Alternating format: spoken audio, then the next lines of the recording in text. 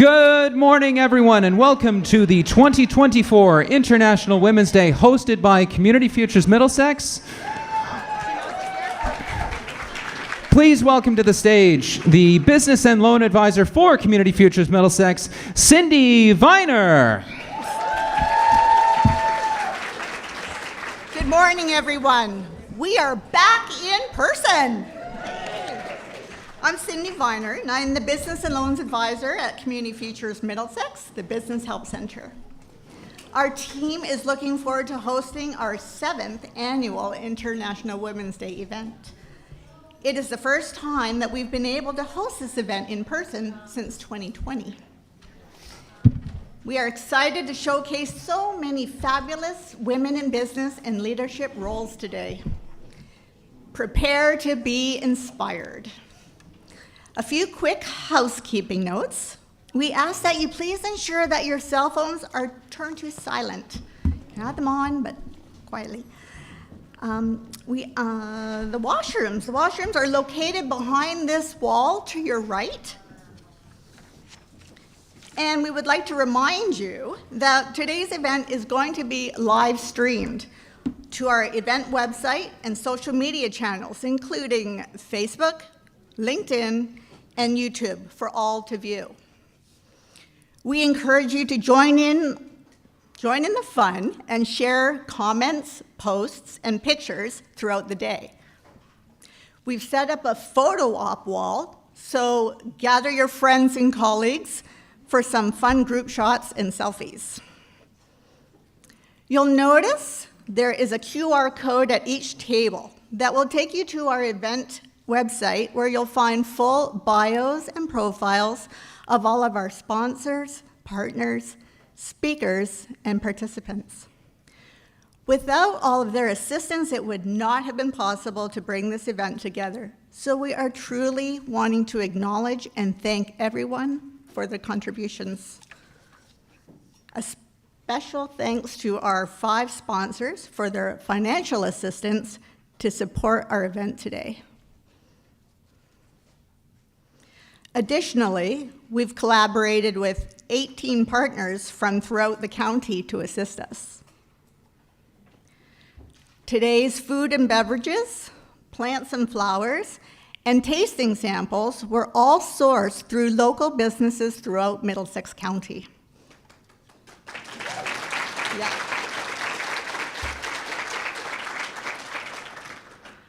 Our media partners are helping spread the word and document our day. We also want to recognize local, regional, and national partners.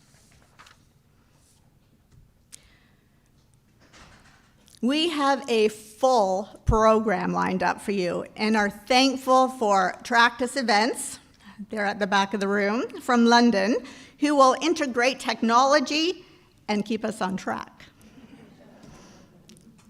Today's agenda includes some very special guests and dignitaries. Our morning will begin with 2 fireside chats.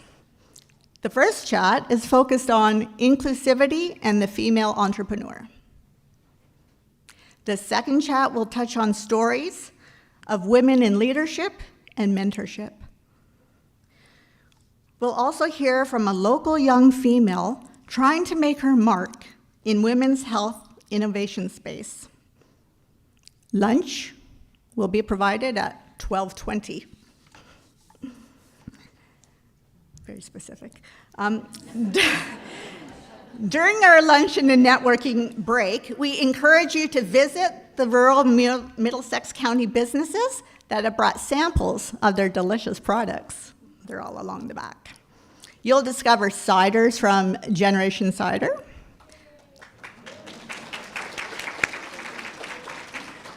canned cocktails from Anyone Spirits,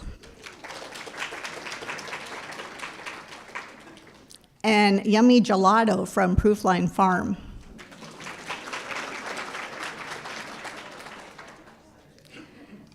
To end our program this afternoon, we look forward to welcoming Canadian recording artist M. Greiner back to the stage. Yeah.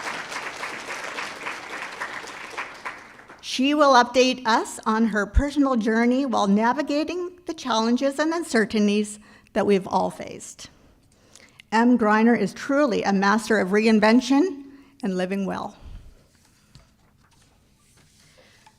Before we begin, I'd like to acknowledge our charitable beneficiaries and let you know that in addition to the feminine hygiene products display that you saw on your way in, we are also accepting cash donations to purchase additional products for the Women's Rural Resource Center in Strathroy.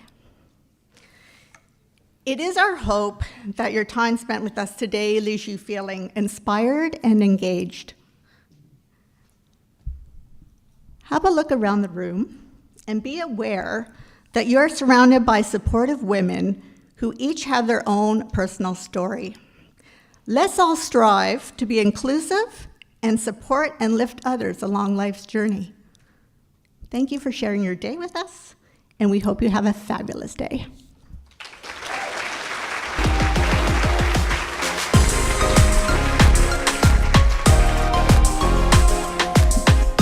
Please welcome to the stage Mayor of Middlesex Center, Aina DeViet.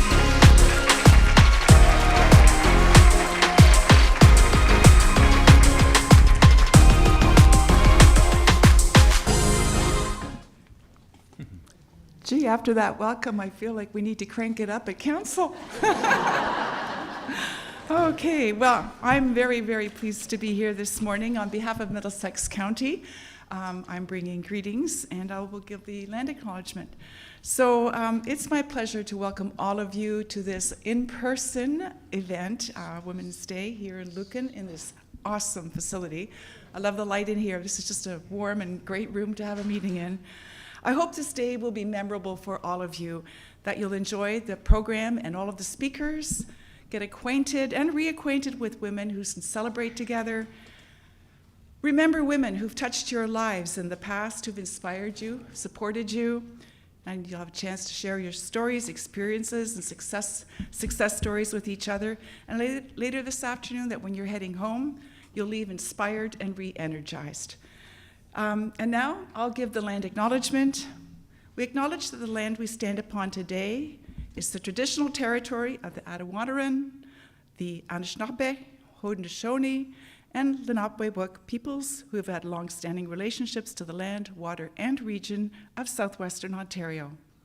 The local First Nation communities of this area include the Chippewa of the Thames First Nation, the Oneida Nation of the Thames First Nation, and Munsee Delaware First Nation. We acknowledge the treaties that are specific to this area, including Treaty 2, the McKee Purchase, Treaty 3, the Between the Lakes Purchase, Treaty 6, the London Township Purchase, as well as Treaty 29, the Huron Tract Purchase. We value the significant contributions, both in the past and the present, of local and regional First Nations of Turtle Island. We acknowledge the historic and ongoing injustices that the Indigenous peoples endure in Canada, and we can affirm our commitment to honoring the Indigenous voices, nations, and cultures, and to moving forward in a spirit of reconciliation and respect. Enjoy the afternoon that's to come our way, and leave with lots of memories and making new friends and share everything. Have a great time.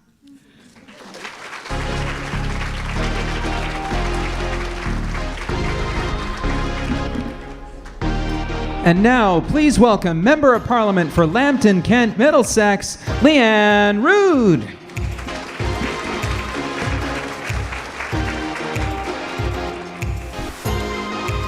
Well, good morning, everyone. Wow, this is such a great crowd. It's my honor to be here with you today as your Member of Parliament for Lambton-Kent-Middlesex.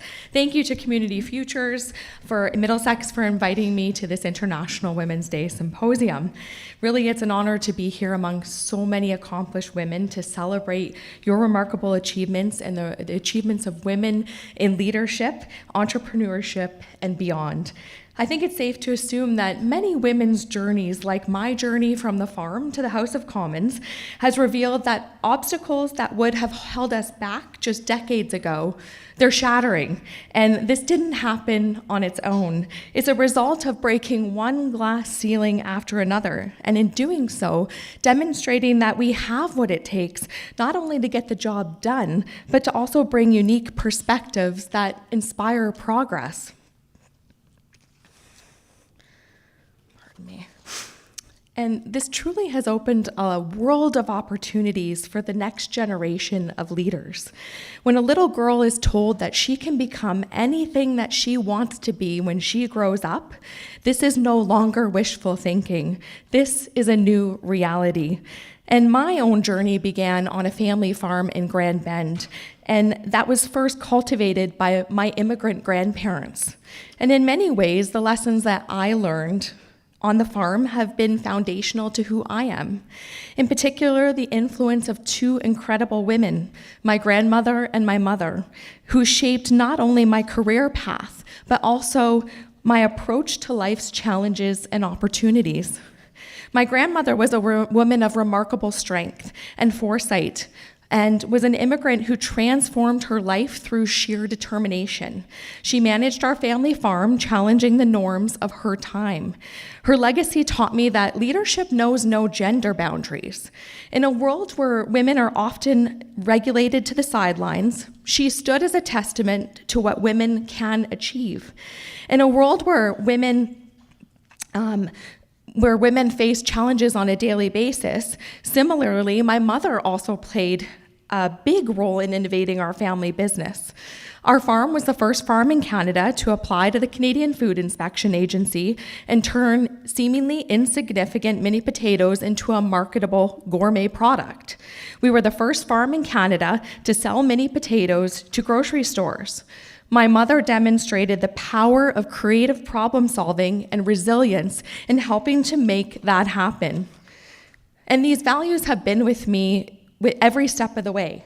As an agricultural entrepreneur, I regularly find myself facing situations that I can trace back to the lessons that I learned growing up on that farm. And this helps to keep my family's tradition in the potato business alive to this day. And the same can be said with respect to agricultural policy. The passion that drives me to fight for our farmers, together with the conviction that my voice can make a difference, has the same origin back to our family farm. I was fortunate to grow up with these values without any awareness that there was still obstacles, even if implicit and subconscious, that have held back other women from realizing their full potential. For instance, I recall a moment in my grade 7 class where that strikingly highlighted a gender bias that was still prevalent in our education system. We were asked to consider our future careers, but the options presented were limited to stereotypically gendered options. And despite my passion for politics in high school and from consistent presence in leadership roles, whether it was at work or on student council or captain of a sports team, none of my teachers suggested that perhaps I should aspire one day to run for public office. The idea that a woman can be a CEO or a politician was simply not very common just 3 short decades ago. But we sure have come a long way since then.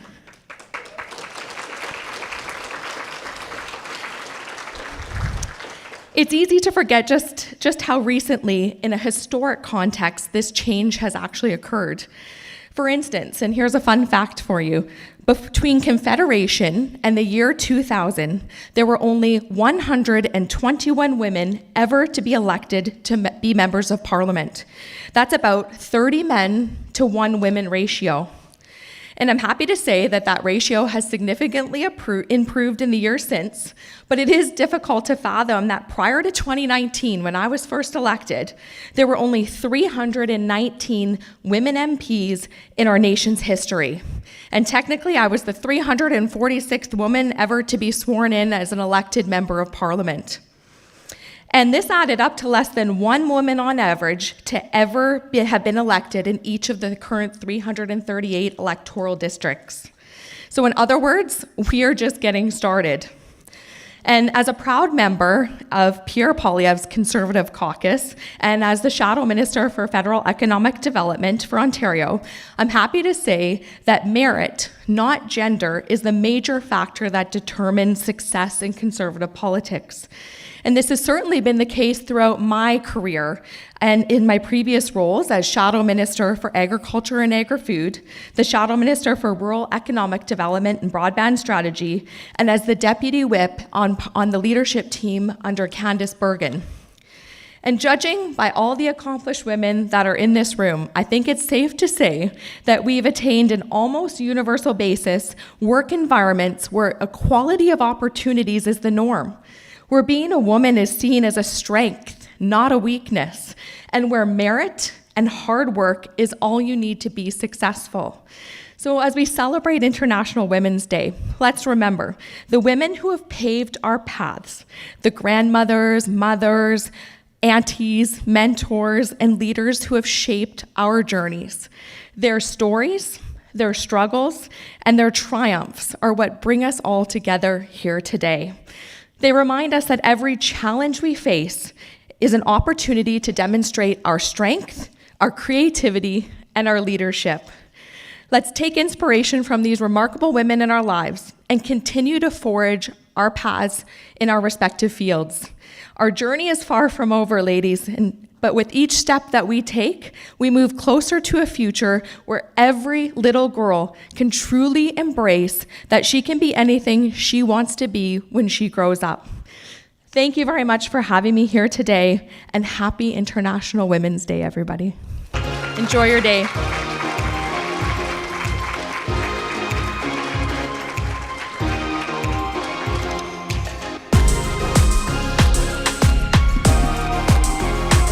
For our first fireside chat, please welcome the Development Commissioner for the Municipality of Strathroy-Caradoc, Heather Lalonde.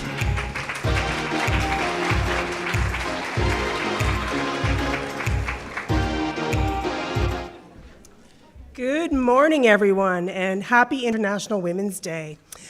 We have a very short time to talk to three amazing female entrepreneurs this morning, so I'd like to invite them to join me on the stage. We have Deb McCoy, Alla Shevchuk, and Susan Judd. And I know you want to hear from them far more than me. So we'll just get them settled, and while they are, I want to say that I'm honored to be sharing the stage with these amazing entrepreneurs. I hope that you've had an opportunity to read their bios online. Their stories are amazing. Not only are they successful entrepreneurs, but they've overcome some huge challenges. So I'm really honored to have all of you here. Entrepreneurs play a key role in our economy. There are many definitions of entrepreneurs, but I found the one that was most fitting is that a person who organizes a business or businesses and takes on greater than normal financial risk in order to do so. All of our panelists have done that. I think you're all incredibly brave women, so thank you. I have shared three questions because we only have a short period of time with each of our panelists, and hopefully we'll have a little bit of time for follow-up. If we don't, I encourage you to chat with them afterwards to, just hear more about their stories. So we'll get started. So I'm going to start with you, Deb, first. First question, no pressure. What motivated you to start your own business? What motivated me? I'm going to have to say boredom and poverty. I am disabled. I can't tell because I know I look like a supermodel, but I was in a car accident in 2014, which left me with mobility issues and the very nice disease of pulmonary arterial hypertension. So, as you can imagine, as we all lived through COVID and we were all under lockdown, that sucked, right? And you couldn't do anything, you were trapped inside. That's pretty much my life. So I thought, now that my doctor said I'm shelf stable, she said that, I thought, okay, well, now's the time. If I'm gonna do anything, now's the time. So I stopped focusing on the things I can't do and started focusing on the things I can do. And what I can do is work from my house. I like my house. Everything I like is there. So I talked to my partner and we made some changes and moved my son downstairs, and I opened my own aesthetic salon. From when I went to school in '96 for aesthetics, and then I brought that back and I thought, okay, well, how can I make, now that I have this background, what can I do to make it more current? Because, you know, even though '96 was 20 some years ago, and I know it hurts me too. So I went back to school and I contacted Peter from Looks Academy, and I said, okay, Peter, here's my situation. I really want to take your course, but I'm not going to Mississauga every day. And so they invited me to do it online, and they worked with me and my disabilities, and they allowed me to go in when I was able to do my practical. So I got my experience, I upgraded my degree, and I did it the best way I could.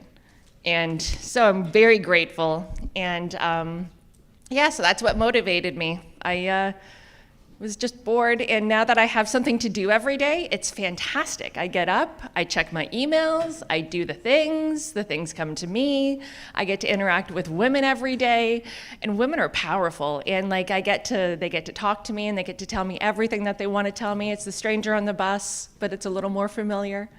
You know, I get to be the keeper of their secrets. And I get to have them, when they leave, they feel lighter and they feel better. And I think that's the biggest reward of my job. Thank you, Deb. I think those are two very good reasons to enter into your business. Alla? Alla Hello. and I have done Yes. a lot of work Hello, together, everyone. and she expressed to me that she was a little nervous when she Yes. she came here today, so we've told her that I can hold her hand if she needs it, because that's how we get strength, right, is by supporting each other. So Alla, why did you start your business? As the first one, I would like to say thank you who invited me for this a wonderful meeting, and I would like to say thank you everyone who support me and helped me win my beginning. Thank you so much. So, ladies, you're amazing. I feel, or your story is very closely to mine. In Ukraine, I had a business, travel business, and I was successful, but in one day, everything is broken. And when I arrived here, I looking, what am I gonna do here? How I can be useful here? And when I looked for amazing woman, I thinking, yes, everything is possible. I can use my skills, I can use my background. I was a business lady, I had a business club for women in Ukraine. So my motivated is looking for your ladies, your story, your life. It's inspiring myself in my heart. And I honor be here, and I would like to share my unique cuisine in my store. I would like to share Ukrainian traditional in Canada, and just thank you so much. I'm happy to be here. My motivation is woman. Thank you so much. Great job, Alla. Thank you. And Susan, same question? Thank you. So I grew up in Norfolk County, and Norfolk in the house. And in high school, I did not find where I came from to be the most inspiring place. And so I actually came to school in London, Ontario, and I did my undergrad and a postgrad in London. And when I went home, a magical thing happened. I really got bit by the tourism bug. I grew up on a farm, and an opportunity was presented to me through a great network of women that I had in the community. And I landed my first job randomly at a county fair and started working at a winery. And so my inspiration and motivation for starting the first business that I started was really from a passion and understanding of where I came from, and seeing all of the other people taking the leap in starting their own businesses in a new and upcoming wine region. And so being able to see that and live that, and then also being able to find yourself in a place where there was a moment in time when there was a true gap in the market. It doesn't happen often, and sometimes it feels like we have to force it. But I was working in marketing and events, and on a weekly basis, I was telling people, no, there's no tours here. No, you can't, be brought around by somebody. So it was a very unique situation in that there was just that tiny moment in the world that I could say yes and jump into that sphere. That's amazing. And I think just to have that sense that there was a gap and to have the strength to take advantage of that's amazing.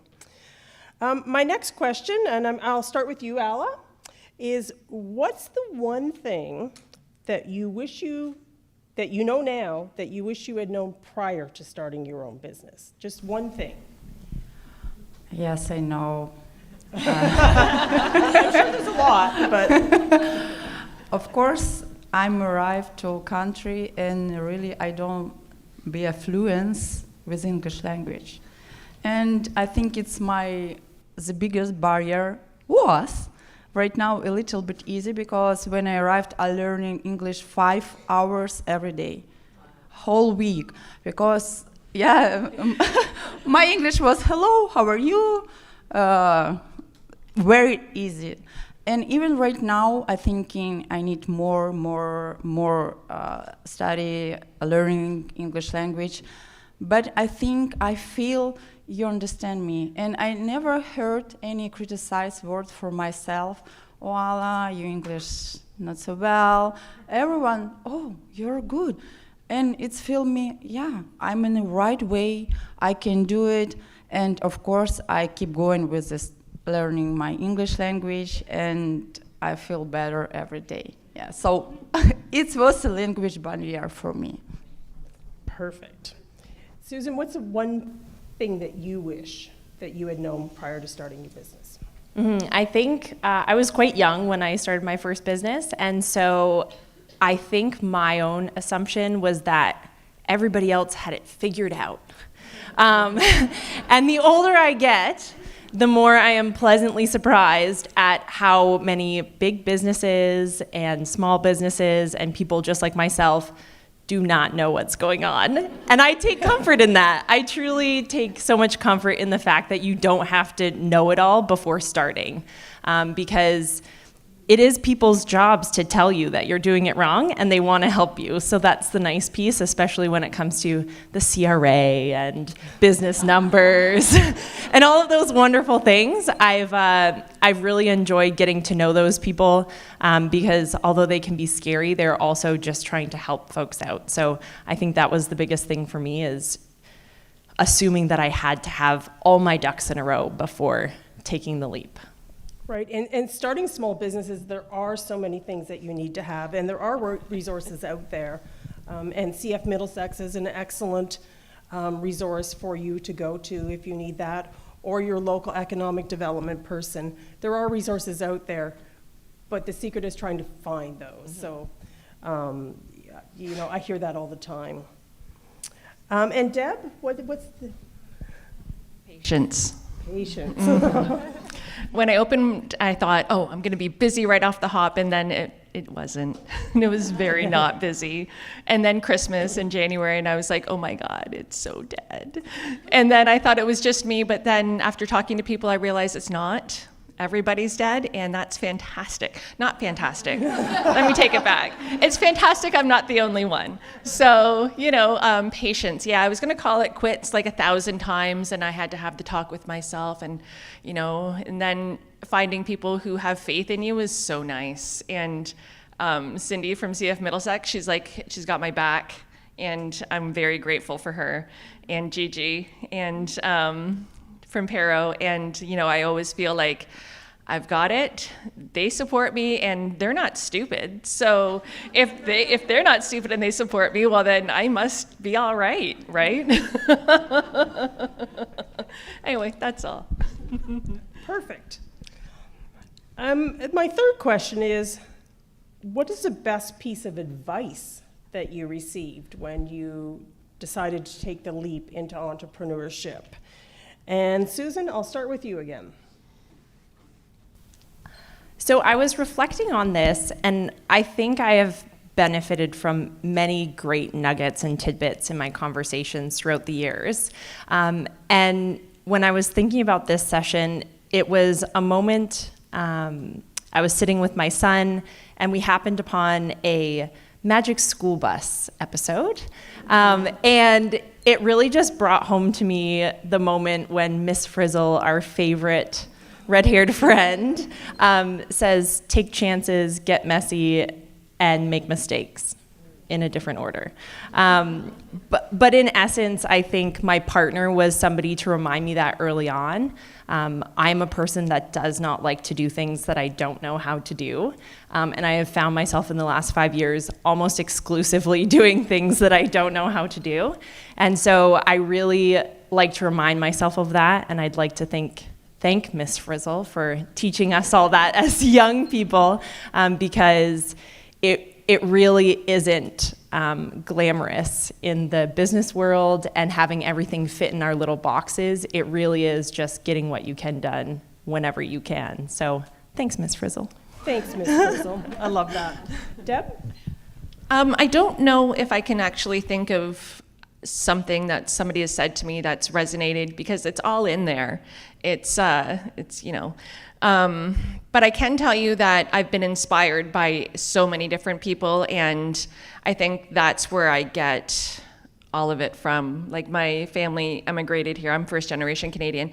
My family emigrated here in the 60s, and they learned how to speak English, and it's hard learning to speak English, and they persevered and they fought through it. And my aunt is a partner in one of the biggest trademark law firms in North America, and my Aunt Sally was director of aerospace for the RCMP. So if they can do that, I can do this, right? Alla? When I arrived to Canada, I don't know nobody. Nobody. Don't ever, woman, men's. I just arrived for host family. They invited to me live in his home. It was 3 months. And I was frustrated. I have 3 children, 10, 5, and 7 years old. And I don't understand what I need to do here, how I can be useful here, what I need to do with all my background in Ukraine, how I can do here something very important and useful.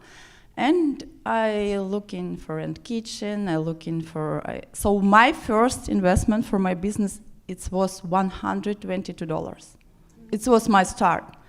And then I kept going looking for kitchens, and I have a lot of help with the kitchen and stuff. And then I have looking when I need to have partners with buy my food for a good price. And I went to local businessman. I don't want to tell his name, but he told me, Alla, never forget when you're at beginning who help you when you will be rich and successful. And I would like to say, yes, it's very important when you're so small and people help you and people support you. Never forget this warm and kind what you had. In Ukraine, I was alone, like a business lady. We don't have community for business development. We don't have community for government who can support, who has a lot of consultation about how need to start business and everything like this. But here, I don't feel even. I have it, and I would like to keep going, and the most, I don't forget this words never. Alla, never forget who be with you at your beginning. Yes. That's great. Now, this is a question that I didn't share with you before. We have for anybody that's going to be up here, there's a great timing device up here. So we have a bit of time, so I'm just going to go freestyle now. Susan, what is something that you've learned about yourself during this whole process? That is a great question.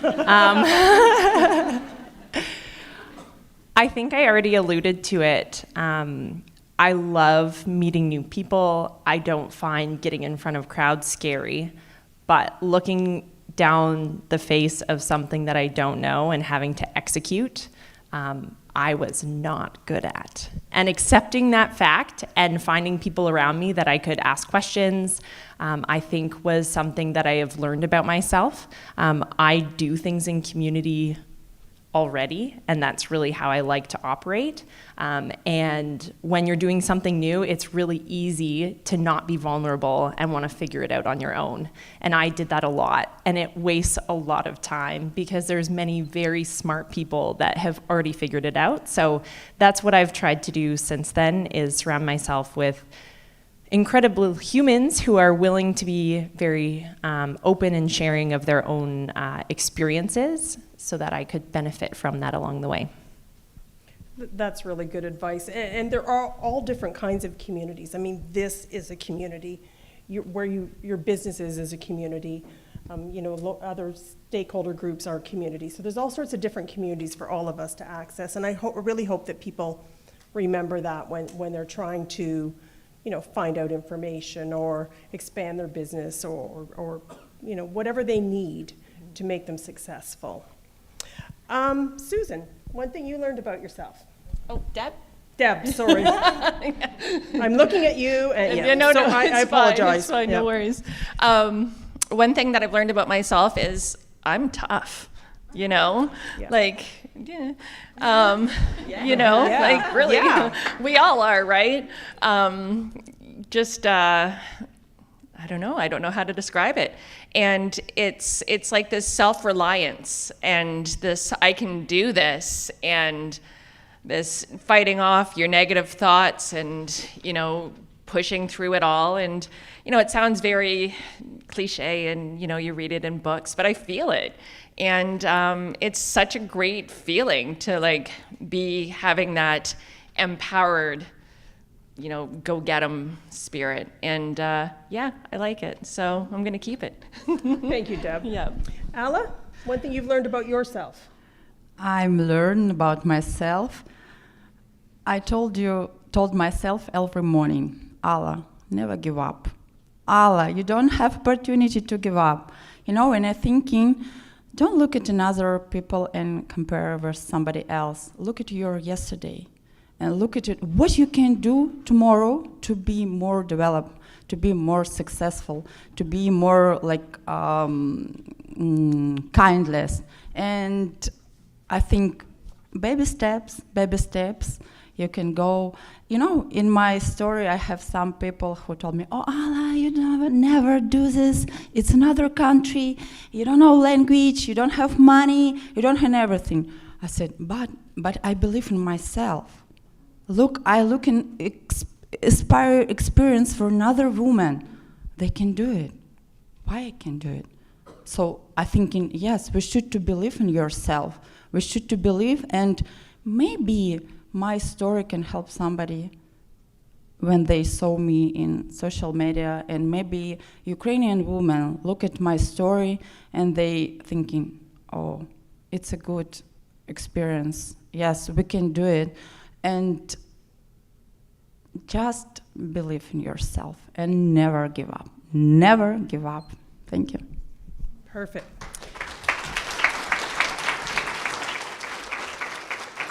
So we have a few minutes left. I think rather than taking questions from the audience, and I encourage all of you to chat with our panelists afterwards, I'd like to give you 1 minute each to actually talk about your business. I mean, we've talked about you as entrepreneurs, but I think I would like to give you the opportunity to talk about your business. So, Deb. To talk about my business. Okay, so I own and operate Fresh Skin Therapy. What is it that I do? I provide aesthetic services, facials, laser hair removal, waxing, all of the good things that we love to have done and pamper ourselves because, well, we deserve it. And I love it when someone leaves and they're so happy. You know, they have that, what do we call it, the glazed donut skin from having a facial, you know, and, you know, even though like they came in and they're like, you know, they're a little drowsy because they're so relaxed. And like, that's something that, it just gives me so much joy because, you know, we all have like, we're all master jugglers. Women, we juggle 1,000 things every day. And we never really take time for ourselves. So when I have a client come in to take time for themselves, I want to make sure that they leave enjoy, like they feel like they've, you know, my brain just stopped. So we're just gonna understand where I was going with this. So, but yeah, I really like my job, and I really like everything that I do, and I really like women. So, yeah, that's it. Perfect. Alla? Thank you. So I opened my corporation last year. Corporation name is Ukrainian Perogies Incorporated. And I started looking for kitchen, and I already thank you for woman who give me opportunity to rent a 2 shelf in her store, ice cream, Annie's, and kitchen a couple of hours every day. And I'm making pierogies and put in a shelf. And then I looking for my store, and right now in last summer, in August, I opened my store in the downtown 83 Frank Street with the pierogies. And not just pierogies. So my surprise, I have unique Ukrainian food, borscht, cabbage rolls, and I have support local for beach store with the beef, and we made it hand pies with the sweet one and with the cabbage. And I happy to give opportunity Ukrainian women who doesn't know English language work in my store. So, and we together, we created warm atmosphere. I would like to share one story. I have one very sad man in my store, and he came, ordered ready to go, and I look into him, and I feel I need to come and ask, what's happened with you? I asked, can I sit down and speak with you? He said, yes. I said, how is your life? What has happened with you? Oh, I lost my wife. I'm alone. I'm feel nobody need to me. I say, okay, so look at this. Life is good. You have good health. You can go and you can speak. So if you need, you can come to my store and have small conversation with me. And already pierogies was ready. And you know what he told me? Alla, thank you what you give me 5 minutes your time. I feel better. So my goal, give a little bit attention for people, a little bit. I don't spend my time for nothing. I just 5 minutes to small talk. And so when he came, he was very sad. When he go, he was a smile. And I feel, oh my gosh, I do right this thing. I have very good quality, unique food in my store, and I give people feeling I'm waiting to him. I'm waiting everyone for you. I'm a pleasure to share my energy and my unique food. So welcome, please. Thank you so much. Thank you, Alla. Susan, last but not least. Yeah, so I started, I'm co-owner of Ride the Bine. We offer craft beverage tours in southwestern Ontario. So we started in Norfolk County, and now we offer tours and experiences throughout southern Ontario, really. So Chatham-Kent, Lambton, Huron, London. And it really has come from a place of passion and really enjoying how agriculture crosses over to our fermentation friends. And then my partner and I started a craft cidery and meadery back in 2019. We snuck it in just before the pandemic. So we make craft cider and meads just in Thorndale, Ontario. All right. Well, thank you very much. We've run a little bit over, so I hope that you all frequent their businesses and support our panelists. So thank you very much.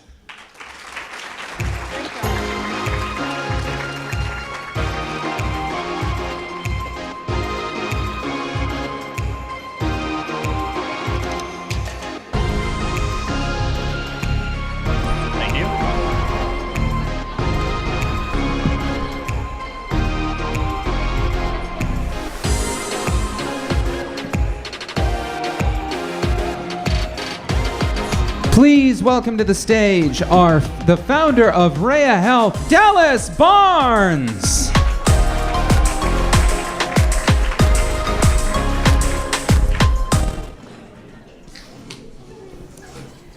Hi everyone, my name is Dallas. I am the founder and CEO of Reya Health. It's such a pleasure to be here today with an incredible crowd. I'm here to talk about some of my passions: women's health, birth control, femtech, all of the things. Before I get started, I wanted to take a moment to appreciate the land acknowledgement that Aina shared with us.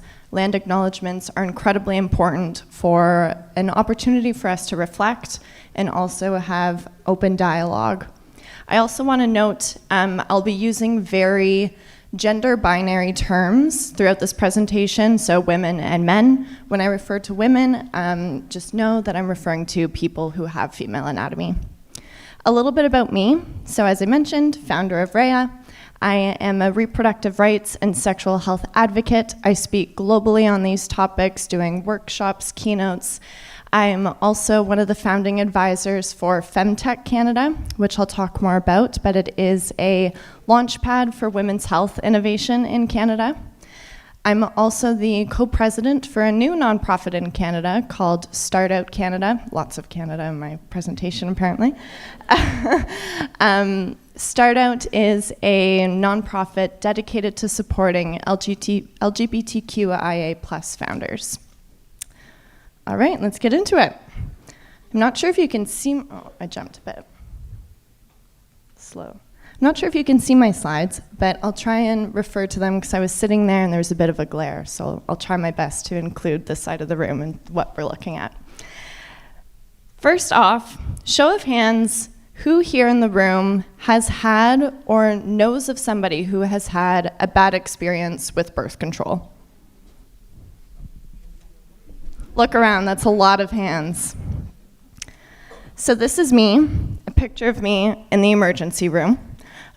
I was in second year university, and this was actually the second time that I was admitted to the hospital because of adverse reactions to my birth control. Prior to this, I had spent years trying different birth control options. You name the method, I've probably tried it. You name the side effect, I've probably experienced it. And all the while, I felt incredibly alone. I felt like my questions were going unanswered. I felt a lack of information, a lack of support, and that experience was quite isolating. But then I started talking about my experience, and I quickly learned that I'm not alone in this struggle. Actually, 75% of people who use birth control have a negative experience. 50% of Gen Z actually stop using birth control because of side effects. Meanwhile, 50% of all pregnancies in Canada are unplanned. Nearly half of those are because of birth control non-adherence.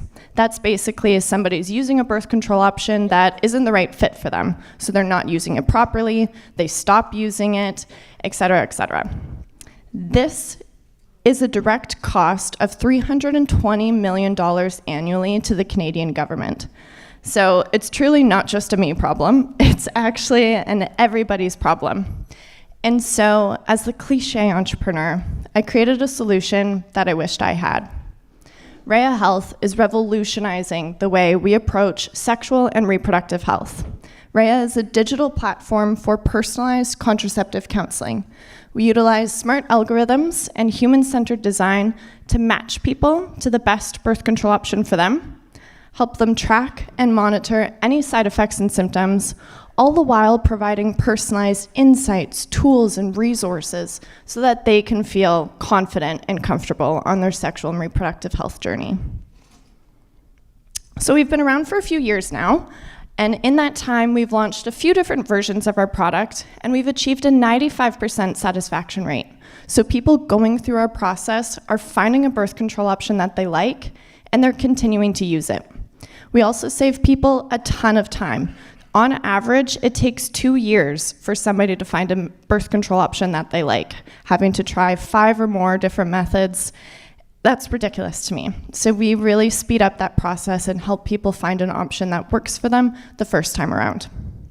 We partner with post-secondary institutions, health organizations, government, health clinics to reduce these high rates of unplanned pregnancies, STIs, and sexual and gender-based violence that we're seeing here in Canada and North America.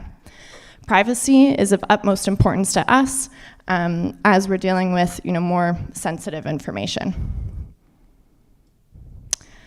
So I would be remiss if I didn't talk about birth control, but also talk about Femtech at large. I did mention that I'm a part of Femtech Canada, and it's a passion of mine. So I wanted to just, do another quick question. I'm curious to know, prior to today and me talking about it, who has heard of the term Femtech? Okay, I love this. I'm so excited that I get to share Femtech with you all today. Did that change? I don't think so. Oh, it did? Yes. Okay. Femtech. Femtech is a term coined by a woman named Ida Tin. Ida is the founder and CEO of Clue. You may have heard of Clue. You might use Clue. Clue is a period tracking app. It was actually one of the first Femtech companies to ever exist.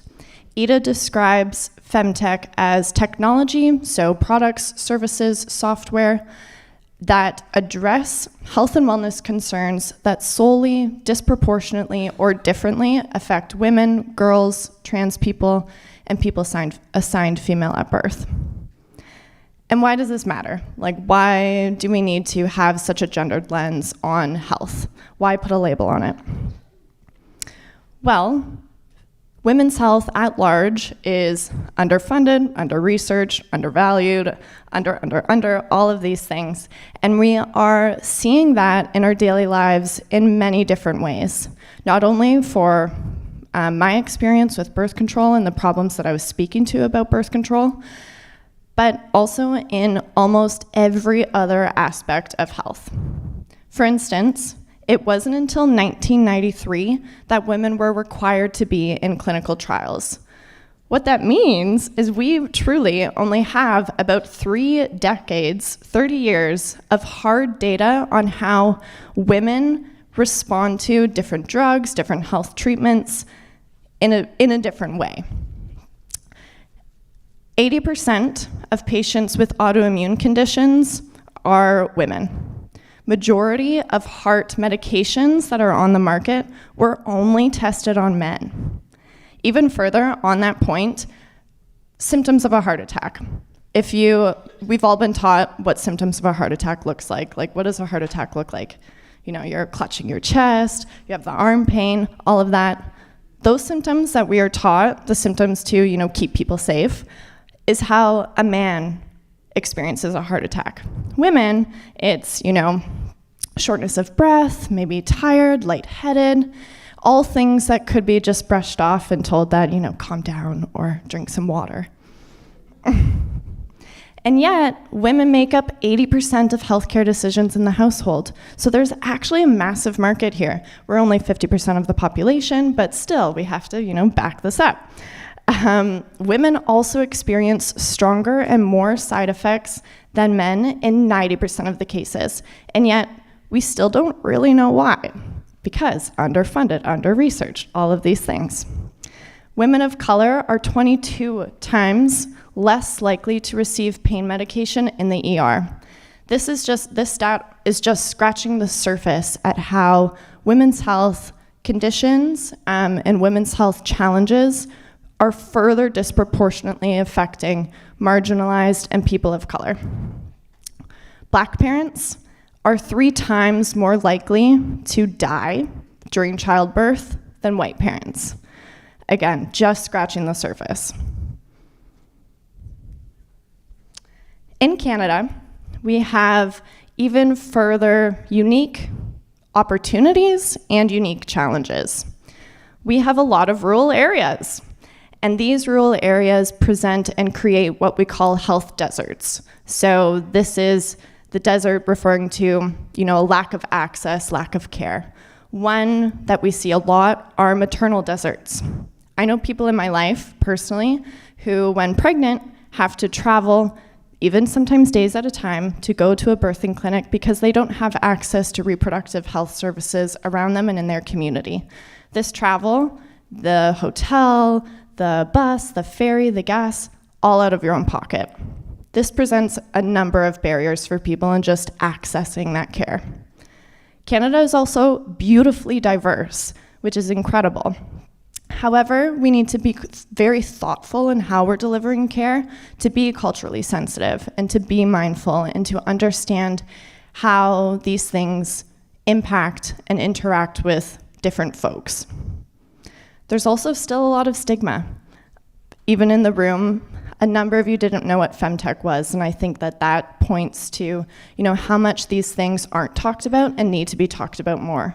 For instance, menopause. We really weren't talking about menopause until 3 years ago, if that, in my opinion. But now that more women are getting into STEM, more women are getting into the healthcare space and coming to that point in their life and realizing, wow, there's not a lot of solutions for me. And so wanting to do more. So people are starting to have these conversations. There's still a lot of work to be done. However, Femtech, I guess I shouldn't say however, the nice thing is that Femtech is considered to be a $1 trillion business opportunity. And yet, many of the Femtech companies that are around today are in just a few different areas. So if you can see this graph, it kind of shows a lot of companies on this side, which is fertility, menstruation, and then the number of companies goes down on this side with all of the other areas of health. So there's still a lot of white space in this in women's health for innovation and for people to get involved. These stats actually on the screen were from 2021, and so there has been more companies coming out in recent years, which is awesome, but there's still a lack of companies. In 2021, there was less than 5 companies globally in chronic conditions, hair, fitness for women, ovarian health, heart health, and skin and derma. Fitness, for instance, let's take that. There's lots of fitness apps, lots of things about health and fitness, lots of companies in those spaces. However, how we were taught about working out, about exercise, is from a very male-focused, male-centered lens. Women, on the other hand, say if you're in your reproductive years, you need different workouts, different movement at different phases throughout your cycle. And there's not a lot of companies, not a lot of solutions or resources that focus on these specific things. Now, I don't want to be all doomsday, so on this screen is about, I would say maybe 30 different companies that are working in Femtech. And these are only Canadian ones, and not all of them. I'm definitely missing a lot in here. But there's a lot of cool things actually happening in Canada, and even very close in London in your backyard, and it's really exciting to see. Most of these are women founded. I think there's only one in here that is founded by, it's a co-founder duo, one man, one woman. But it's really awesome to see that women are coming into play and contributing to these solutions. I will say, however, unfortunately, some of these companies have closed up shop in the past year due to the continued challenges and barriers for women founders and women-focused companies. Okay, how to get involved. If you want to stay connected with me, with Reya Health, you can find us at reyahealth.ca. I'm going to do a little bit of a plug, shameless plug. If you know of anybody that is on their own birth control journey, we're doing a research project right now, getting people to use our new platform that we'll be launching soon. They'll get free access to the platform, and then just basically have to give us feedback. This directly supports our product improvements and our development process so that we're actively building products that actually serve the people that they're intending to serve and makes it more collaborative. You can find us on all socials at Reya Health. Femtech, if you're curious about getting involved in Femtech, learning more about what's going on, how you can get involved. Another shameless plug, femtech.ca. This is Femtech Canada. On the website, you can join our Slack channel. It's a very active community of people, talking about what they're doing, different resources, events, all that good stuff.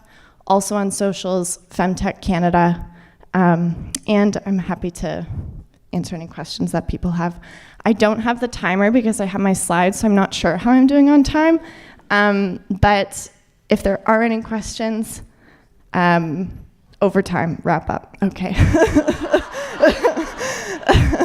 Well, if you have any questions, I'll be around. So thank you all so much. It was a pleasure chatting with you.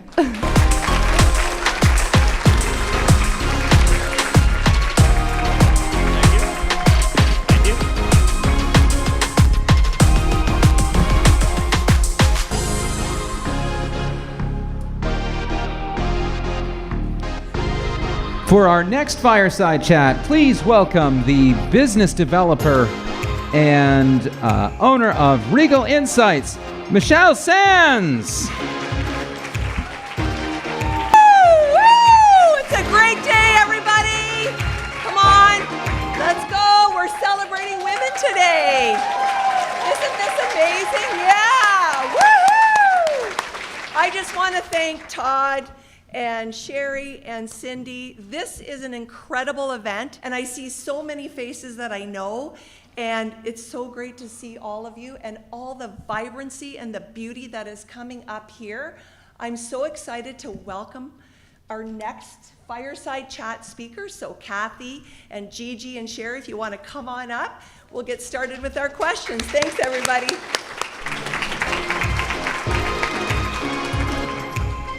So we're going to be talking about leadership, women in leadership and mentorship.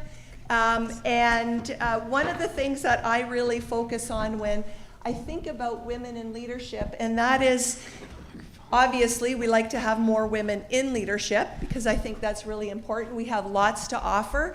And sometimes I feel like we're set up to be perfectionists. And so how many, just as a curiosity, changed their outfit 2 or 3 times before they came today? Yeah, right? I mean, this is the things we do. How many checked your face a few times and still caught that hair on your chin? Yeah, I see a few people. So there are some things that we do as women that, if you don't talk about it, you pretend you don't do it, but we all do it. So anyways, thank you so much. I'm so excited to chat with you. I guess I have to talk in the mic even though I'm loud. So I've got some questions that I have already shared with Sherry, Cathy, and Gigi, and I've got to read more about each of you, and Cathy, I've known you for a while.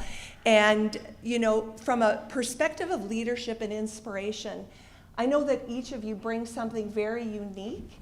And so the questions that I put together really were based on some of the questions that I've been wanting to ask women in your positions for a while. So the first one is, what are the skills, capabilities, and attributes that make an effective and inspiring leader?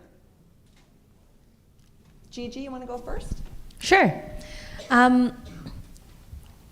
think this is a really good question, first off, to start with. And I looked through the questions, and I was like, I'm going to do an unplanned answer for everything. So I closed my email, and I deleted it so I don't go back to it.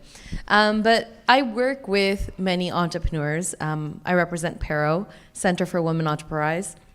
And I meet the most incredible women, and some of them are in this room today, every single day, and it's so inspiring. So I think a quick highlights on what makes a wonderful entrepreneur, I think is mindset is the first one.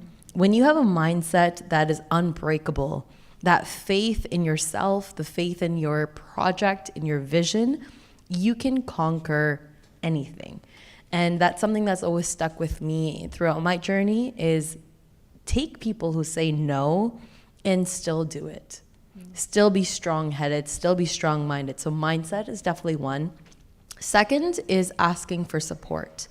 A strong entrepreneur asks for help. They say, I cannot do this alone. Doesn't mean I can't do it.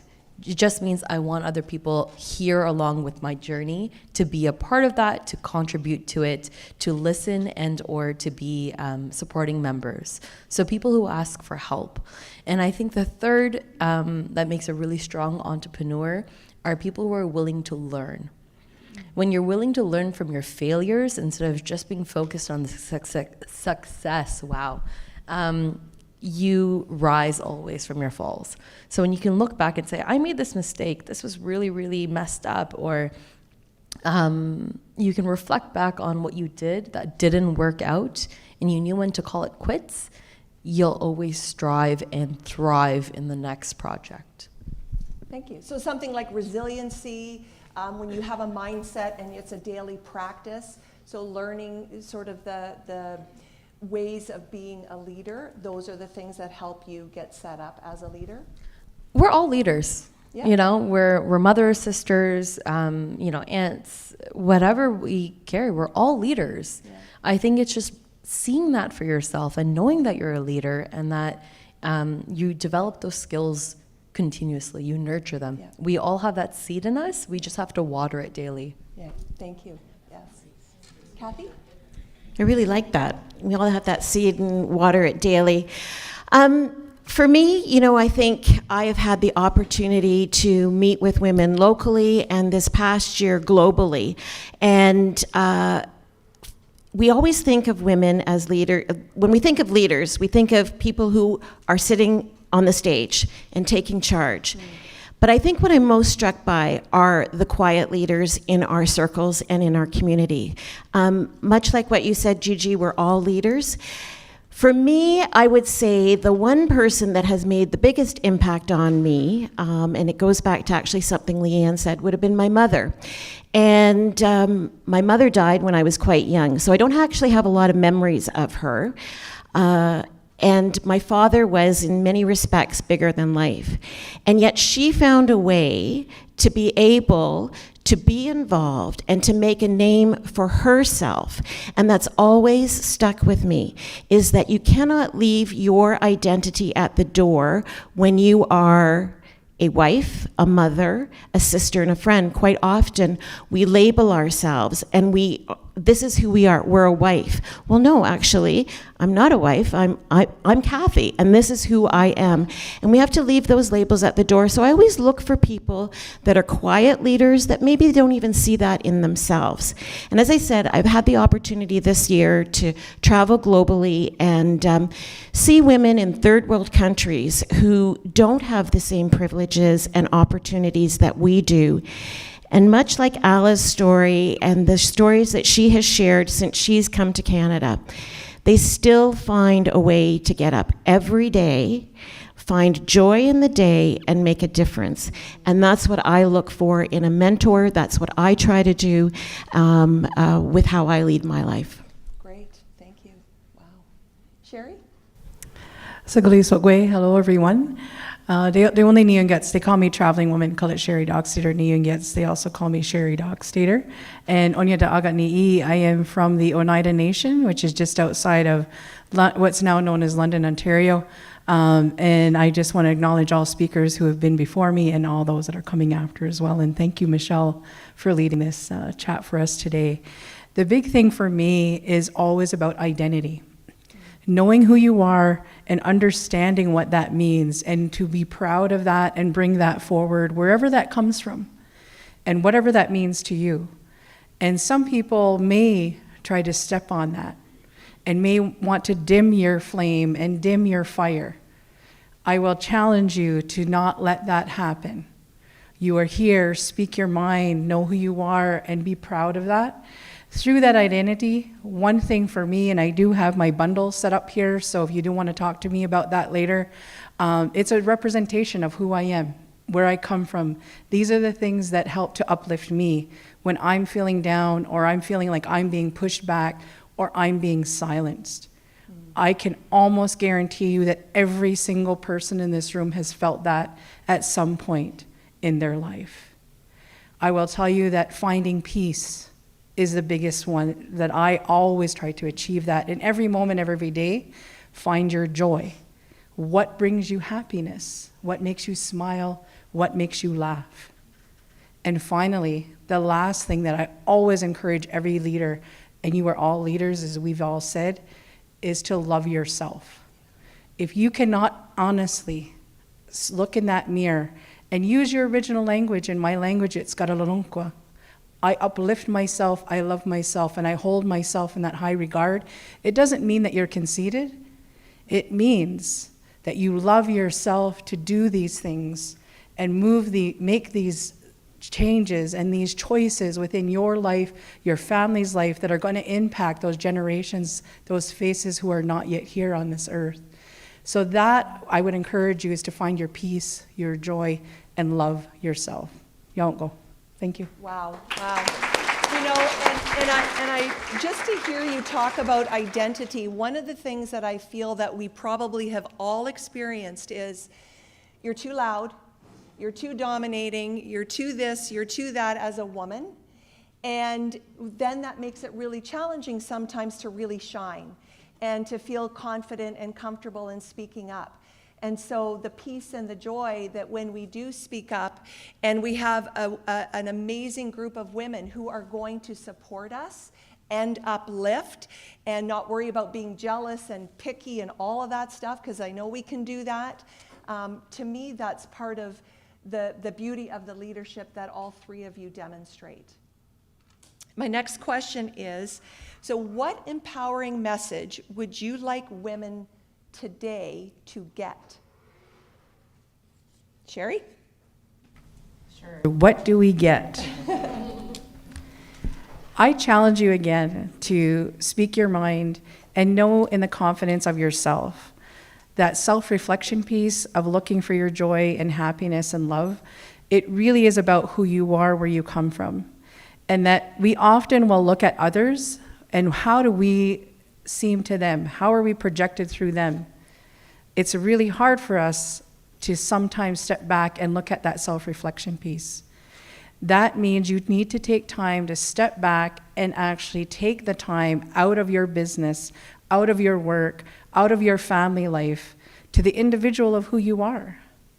And understanding what that means to uplift yourself and find that. So I look at self-reflection, that could be through meditation, it could be through journaling, it could be through spiritual guidance, and whatever that is for you, whatever faith that you follow, that you find that uplifting experience. There are things that through meditation at a certain level you will reach, and you start to see things, and those are visionary things. To not discount those things as they come to you. What are those signs? Some of us may experience that through animal life, through plant life. And if those things are coming to you constantly, maybe it's numbers, certain numbers keep showing up to you. What does that mean for you? And it's not about reflecting again in other spaces and what do other people think of us. It's not about that. It's about how do I feel about what I'm saying and what I'm projecting. And the biggest thing that I often will look at, and my grandmothers are no longer here on earth, but they're here to surround me in this spiritual realm at all times, is I make decisions that would make my grandmothers proud. You don't go. Wow, amazing. Thank you.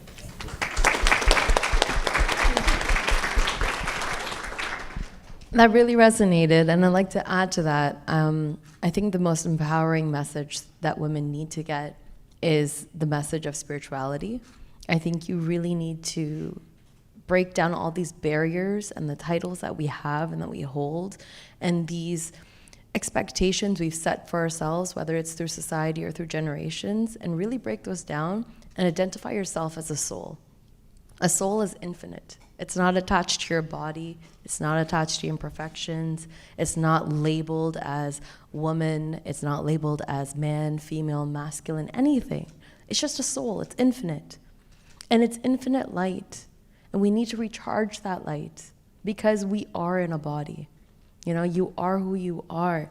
But when we just break down those barriers and we think of ourselves as a soul and we recharge ourselves, you need to be selfish in good ways.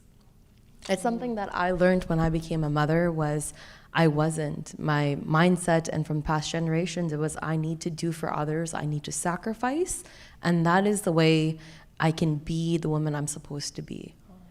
But that's not being a soul. That's not being infinite. You know, if I'm drained and I'm tired and I'm not there, it doesn't matter how much I love my children, because that love is conditional. It's conditional on my temper. It's conditional on how I'm feeling. But when I'm full of light, and regardless of my imperfections, I can still love unconditionally. So that's the message I think women of today need to receive and understand and truly get. And you do that by experience.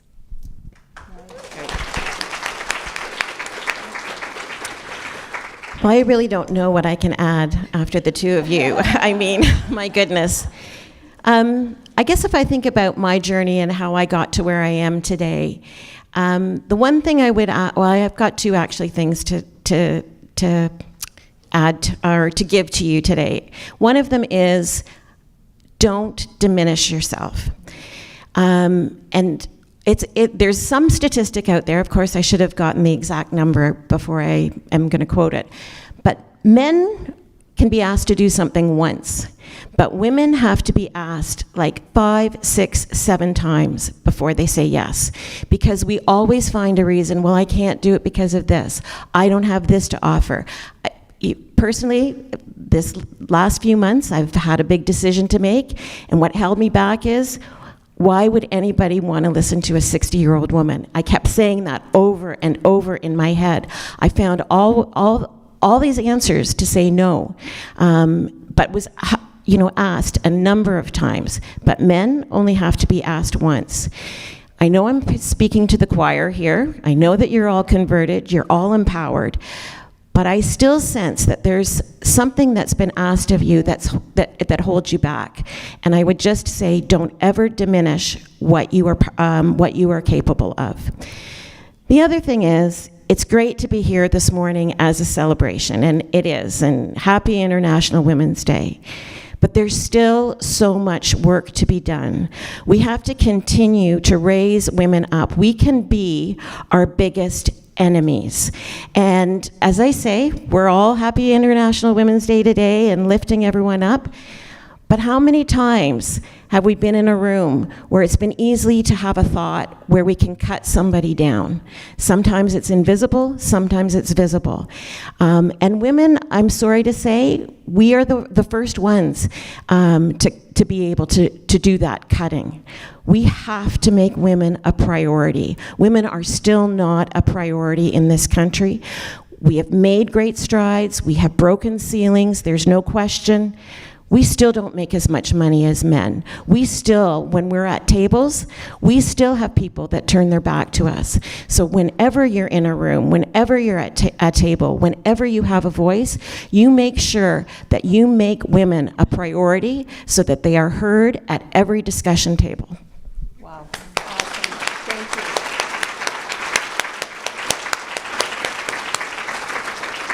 So given that today is a celebration, what are some ways that you celebrate your success? Whatever success means for you. Cathy? Well, after I just said, don't diminish yourself,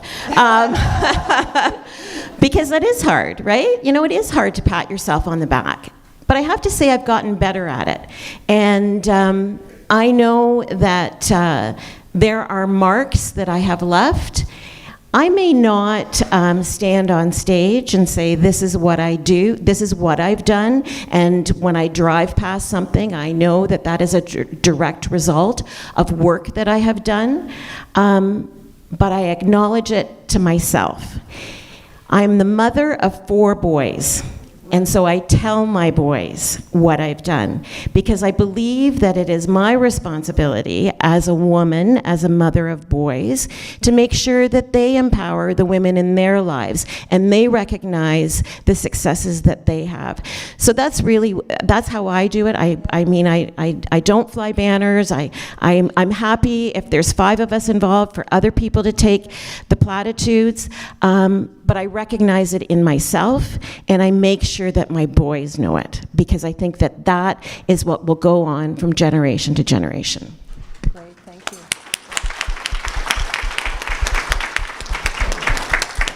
Sherry?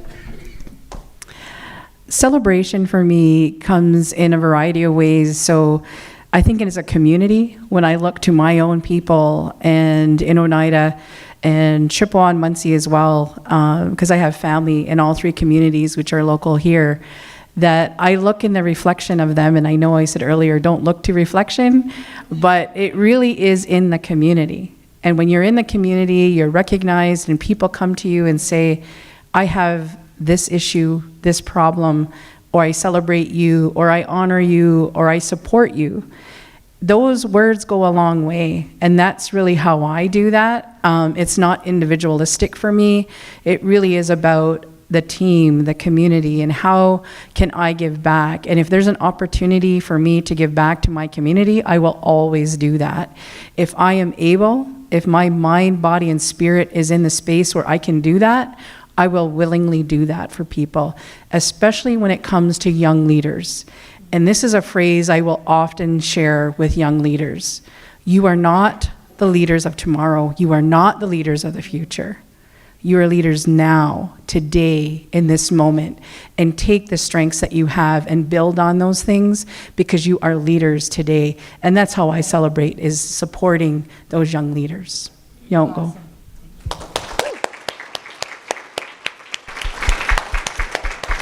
Go ahead, Gigi.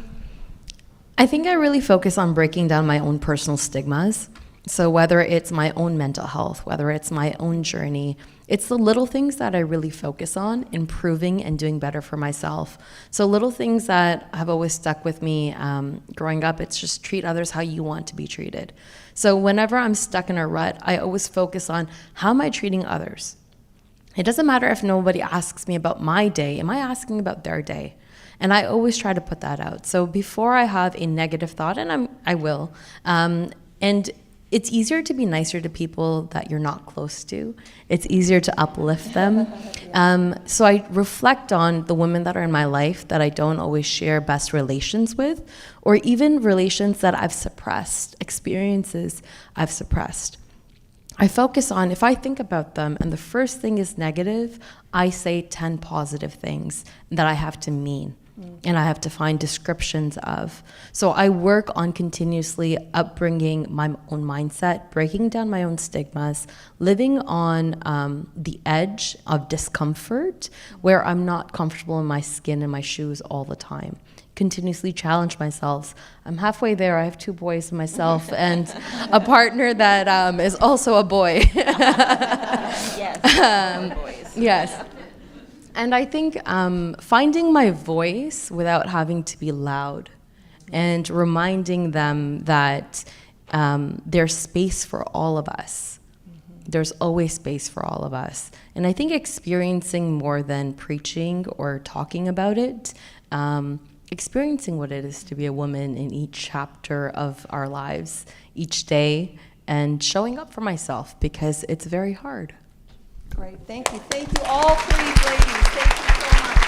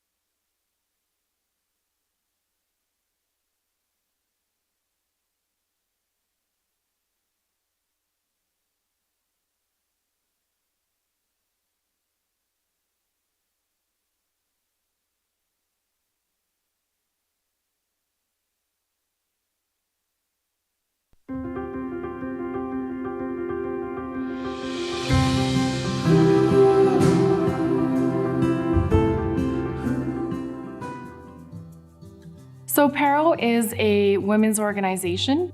We support women in business across the province, and we take a very unique approach to the care for women. We have lots of different types of programs that women can come and take. Everything is free. We're funded federally and provincially, so our supports as business counselors and business growth advisors is to really just have that support for all businesses. It's wow, this is awesome. I think, we're helping women empower themselves and feel good about themselves and helping them grow, business-wise, health-wise. Pero counselors are passionate advocates for causes they believe in. Pero, Kayla, and Luciana work hard to raise awareness, drive change, and make a difference in the lives of others. I think that help women grow in their business, to expand, to even start up and to have enough, confidence in themselves to grow and to become really good entrepreneurs.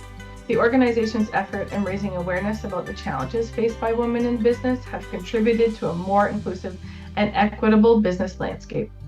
I think at Pero we're most proud of approaching the services that we offer very organically. We meet the women where they're at in their business. We understand that there's many barriers that women face. We juggle lots in life, childcare, elder care. We understand that there's several other barriers that women of color and Indigenous women specifically face. So our approach is very unique, and we meet them where they're at. Just listening to women and their stories and their beauty and their challenges even. And we are there to mentor them and just be natural and help them grow. I think that we don't have enough women that are aware of Pero. Join a Pero circle. Get together with partners and other entrepreneurs, other women within your community. So we know that when we work together, we know that when we work collaboratively, we make substantial impact. Just seeing their faces smile and them being happy and giving them purpose and giving them challenges to actually think about how creative they want to be and what they want to do in life. And that's where it gives us joy.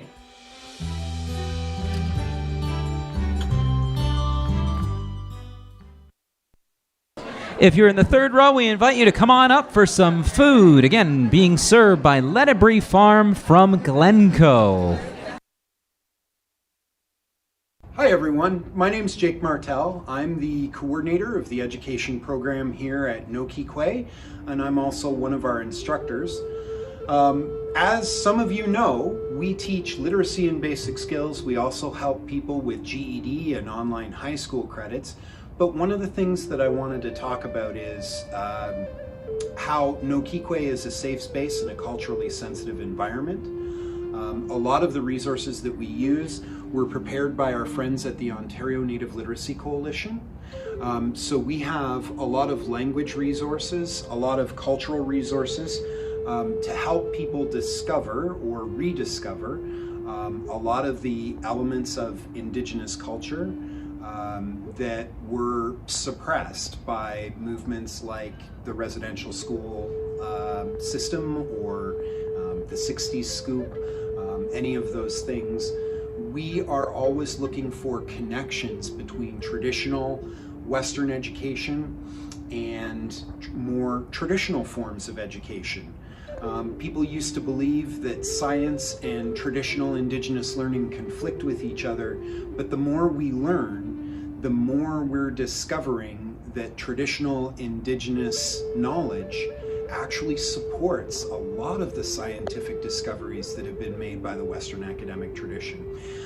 Resources like this help us bridge the gap between a GED textbook and the 7 grandfather teachings or the symbolism of the medicine wheel. And these are really important connections, not just for Indigenous folks who are looking to rediscover or solidify those paths into education and personal growth, but also for people from outside of the community who are curious about the part that they might play in reconciliation.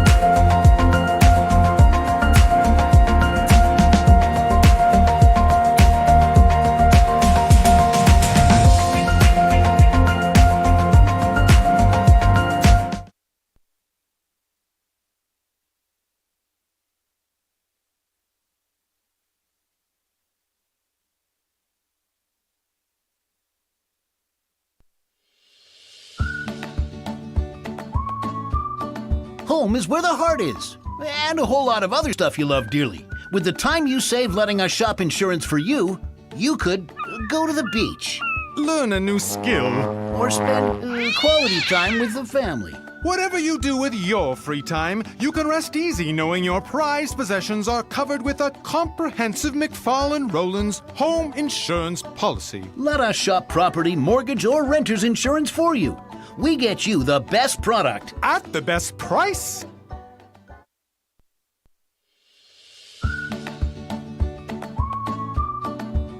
I like vanilla ice cream. And I like chocolate. If there's one thing we can agree on, it's finding the best insurance policies to perfectly fit the needs of our customers.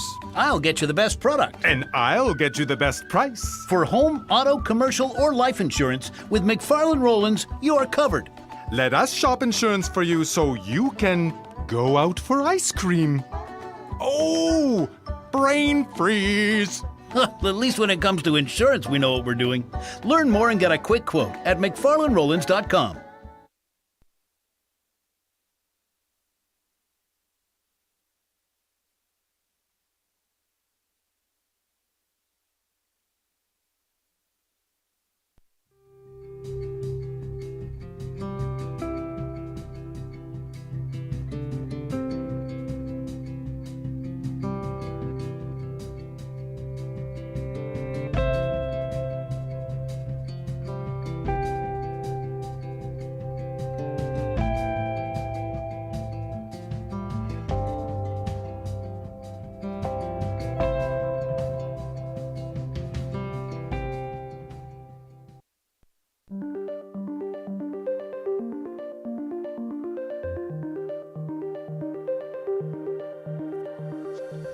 Things out there have changed tremendously. I think the biggest shift that people face today is the increasing complexity that really surrounds everything that we do. We'll compare marriage today to what it was 20 years ago. Families and the estate ties that bind us have all evolved. And with things being so complicated, maybe a simplified will is the last thing you need right now. How and where you start a business is nothing like it was. More speed, more choices, more competitors, more decisions to make. More taxes, more regulations. No walls, no barriers. How do you structure a business for constant change? And just when you think you've got it right. You don't hire the way you used to, or fire. It's not necessarily a bad thing. The terms of employment have changed. Contract, freelance, internships, mat leaves, pay for performance, telework, it goes on. And back on the employer side, buyouts, mergers, acquisitions, partnerships. Money has changed. The number of ways you can spend money is easier than ever, and with that comes complexity. How many PIN numbers do you have, and how many online payment systems? Is money even money anymore? Building security for yourself is now a thing. That was never a thing. Protecting your data, protecting your integrity, protecting your family. Is insurance still reassuring? Are you actually covered? What is covered? The healthcare system, in some ways more accessible, in many ways almost impossible to figure out. And how you access and interact with the legal system has changed. It impacts everything that you do and everything that you say. And with every new choice, new opportunity, or even threat, the complications just keep going up. But wasn't everything supposed to get easier? And in many ways it is, but with all the balls in the air, managing complexity takes all the time that you thought you'd saved. The length of an hour hasn't changed. A minute is still a minute. So, how do you uncomplicate things? How do you resolve complexity? First, acknowledge that things are never as simple as they seem. Next, identify for yourself, your family, or your business what could be simpler, and prioritize fixing that. Boil down endless options to one choice, and better understand the consequences. Make making things more straightforward your thing. Every decision you make impacts the next set of decisions in life, business, career, family, security, the law, and there are no boundaries. It's all connected. We see it every day as lawyers at Siskins, and helping people navigate this increasingly complex world is what we do. In court, in negotiations, in contract, in business, in life, and in real time. I think a great lawyer will help you manage complexity and the risks that are inherent to it in a way that makes sense to you. In your language. At a cost you can understand. And at a pace that aligns with your life, your business. That's the value of a firm like ours. You can find a connected expert that is specialized, current, and capable of addressing whatever issue arises without making it more complicated than it needs to be. We're a firm of specialists who manage risk and complexity while positioning you for future success. That doesn't sound too complicated. And it shouldn't be.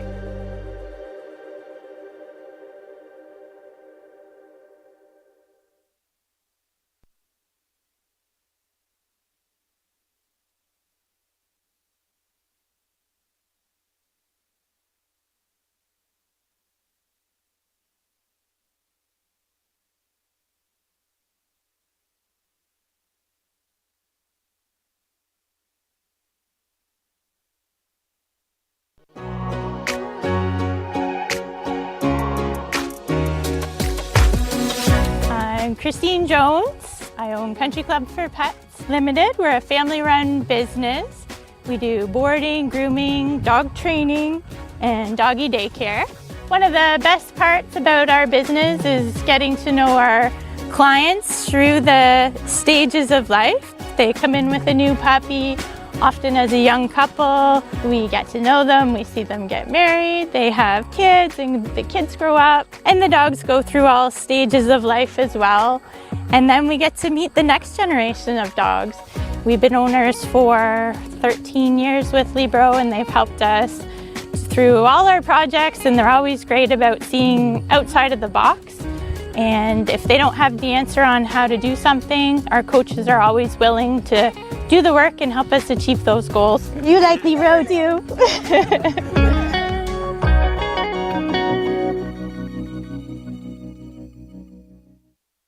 Hi, my name is Hannah and I'm a Libro owner. My name's Harper and I'm a Libro owner. One of my future goals is probably to become a dermatologist for work and I don't know, just to get a house. I think that Libro Credit Union is a good match for teaching our daughters about financial wellness because there's so many services here to help kids. They can have their own bank accounts, They can meet with coaches surrounding what they want to do with their finances, and it gives them, a lot of information that I might not be able to give myself, which is very helpful. The coaches at Libro make me feel prepared for what's coming next.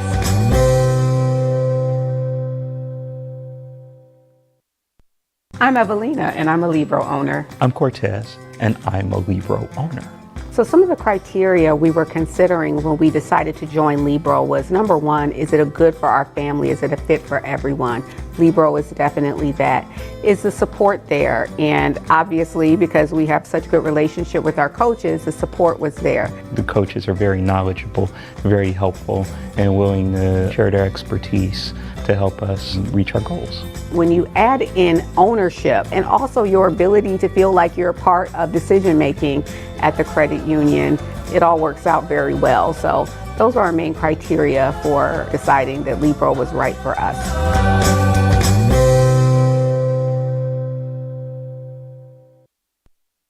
My name is Mitchell, and I'm a Libro owner. Every time I walk into the Libro Credit Union branch, it's just a fun experience for me. My wife kind of jokes that I spend a little too much time here, and I enjoy going to the bank for once.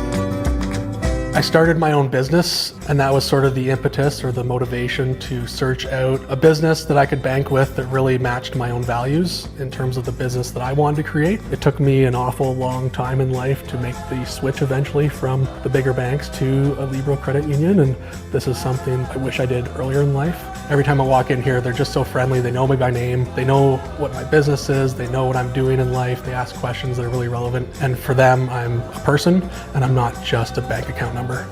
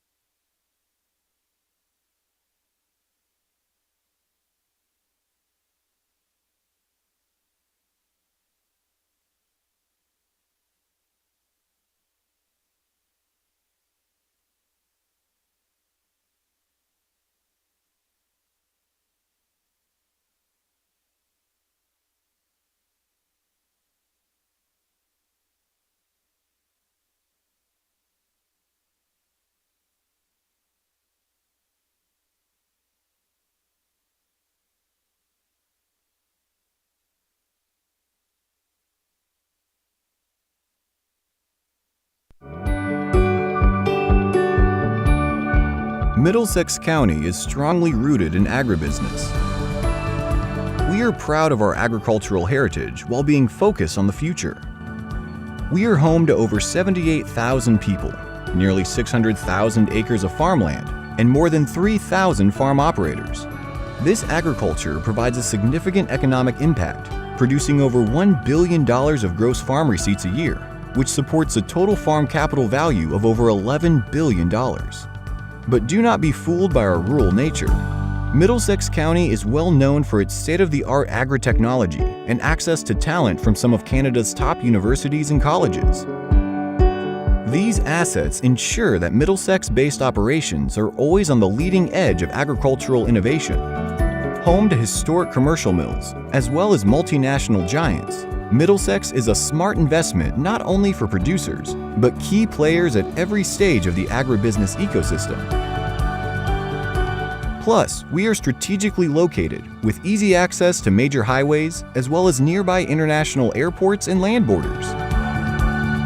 With great people, state-of-the-art technology, and a strategic location, agribusiness is always growing in Middlesex County.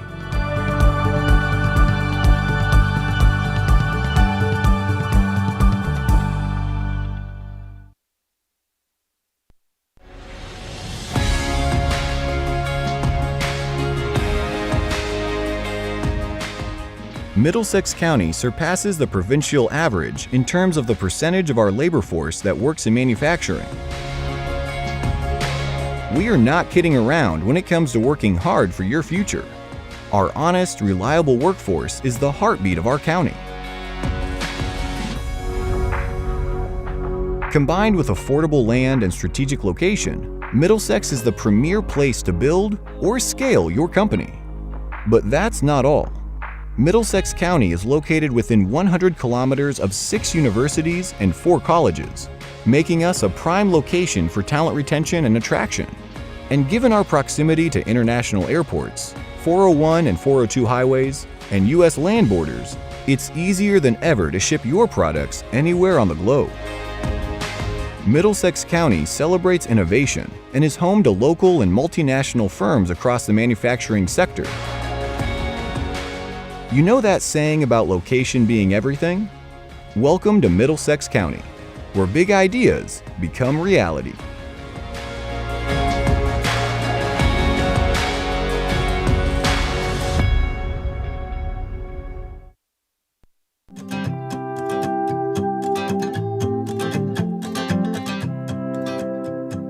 Boasting some of the most beautiful weather in Ontario, Middlesex County welcomes your tourism business in every season.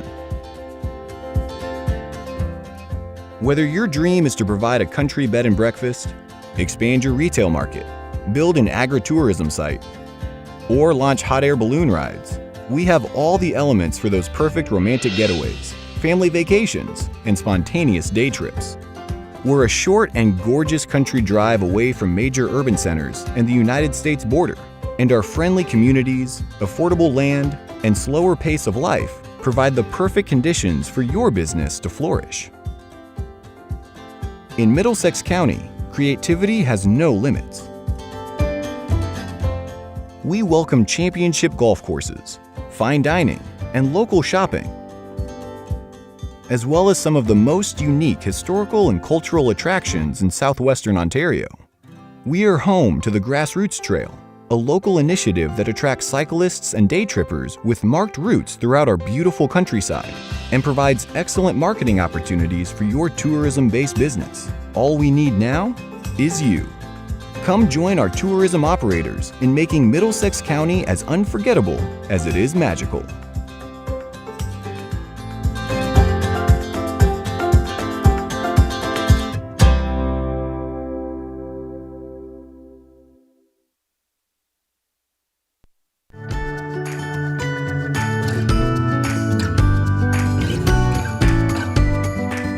Small businesses are the backbone of every community, and thankfully for us, Middlesex County is home to thousands.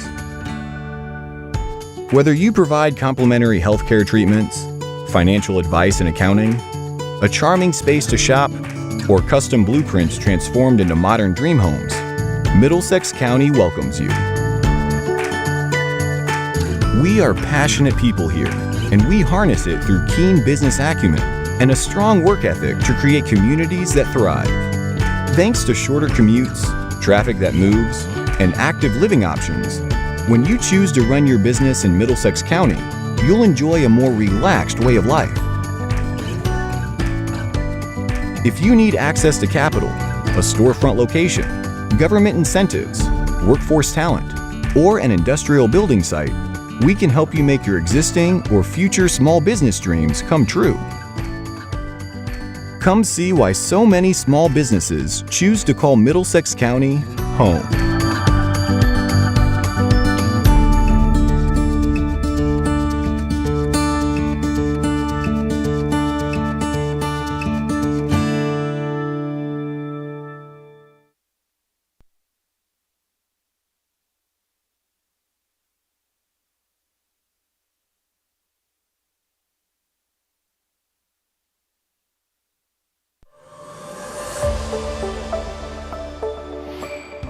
We were looking at facilities actually prior to COVID with our oldest. We had toured a few different facilities in our area at that time, which was also in Middlesex.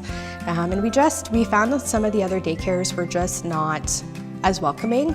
When we met with the director, she was very engaged, very open. I help families with the enrollment process, so I am that first point of contact for families when they're coming in and looking for care, as well as supporting our educators with anything that they may need. The staff were very welcoming. The facilities were very bright. It was just an easy choice for us. Angels Childcare provides childcare services in 2 counties, Middlesex and Lambton. We currently operate in 4 different locations, Arva, Kamoka, Thorndale, and Sarnia. We moved to London in 2015 and we couldn't find a spot for our son. We had to wait 6-7 months to find a spot. Then we found a spot like 20 minutes, probably 20-25 minutes away from home. So we had to drive all the way every single day, 25 minutes back and forth. And this is across the board, like all my neighbors, all my friends, they have the same issue. So we knew that there's a huge need. We talked to the ministry, we talked to the counties, and we understood that there is a huge need that needs to be filled there. Angels brings a lot of different benefits, but I would definitely say closing the gap between the daycare from London and the small town Middlesex towns, I guess. Before Angels was open, we would have to get on a very long wait list with London. If we were lucky enough to get a spot, it was the commute from, wherever we were living, anywhere in Middlesex to London. And then not only that, but we also weren't priority on that list. It was always London people before us. Now that Angels is here, whether it's Arva, whether it's Kamoka, whether it's Thorndale, it's very close to home, it's right in our backyards, and we actually take priority over people in London. So it's created a lot of different daycare spots that just weren't there before. We started in 2019, our first location in Arva, and this created like 57 childcare spots. Then we opened 2020 Kamoka, another 57 spots. Then Thorndale, and then our largest location is in Sarnia, 2022, 98 spots. By offering out all of these spaces to children, we're now providing opportunities for parents to go back to school, for them to go back to their employment, start employment. Those type of things are so important for our community. What really made Angels Childcare successful is that they knew when it was appropriate time to reach out and obtain support or access to resources to overcome the challenges that he had. We started that journey with him right from the stage of an idea, and we were able to walk with him and work with them and share our resources or our network of connections to help him bring that vision that he had into reality. The other thing that has contributed to his success is really been the way that he's supported and advocated for career opportunities for people within the early childhood education sector. We do feel that the culture here is very positive. We try and do really fun, engaging things with our educators, as well as ensuring that we have that open-ended communication with families and staff. We find that a lot of families appreciate what we're doing, appreciate getting closer to their homes and offering a quality service in their areas. It's just really important for families to have spaces local to them. Well, we're hoping to open more locations in rural communities. We're hoping to find good locations to invest in because we enjoy working in childcare.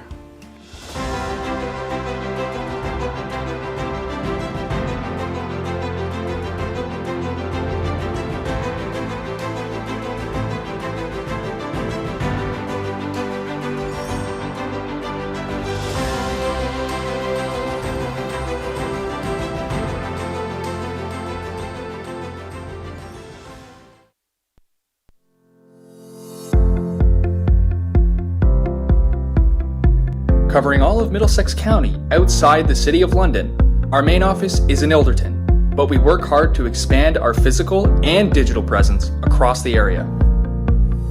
Community Futures Middlesex is passionate about helping entrepreneurs grow and succeed to strengthen our community, offering loans, planning and advisory services, workshops, and much more. We exist to support entrepreneurs in Middlesex County. We understand our rural communities and culture and values. These insights allow us to view entrepreneurs and business owners through a different lens, and we make loan decisions right here at home. One of the major benefits of Community Futures is our willingness to invest in those who are a little bit more high risk. Often their character and business plan is enough for us to invest in them.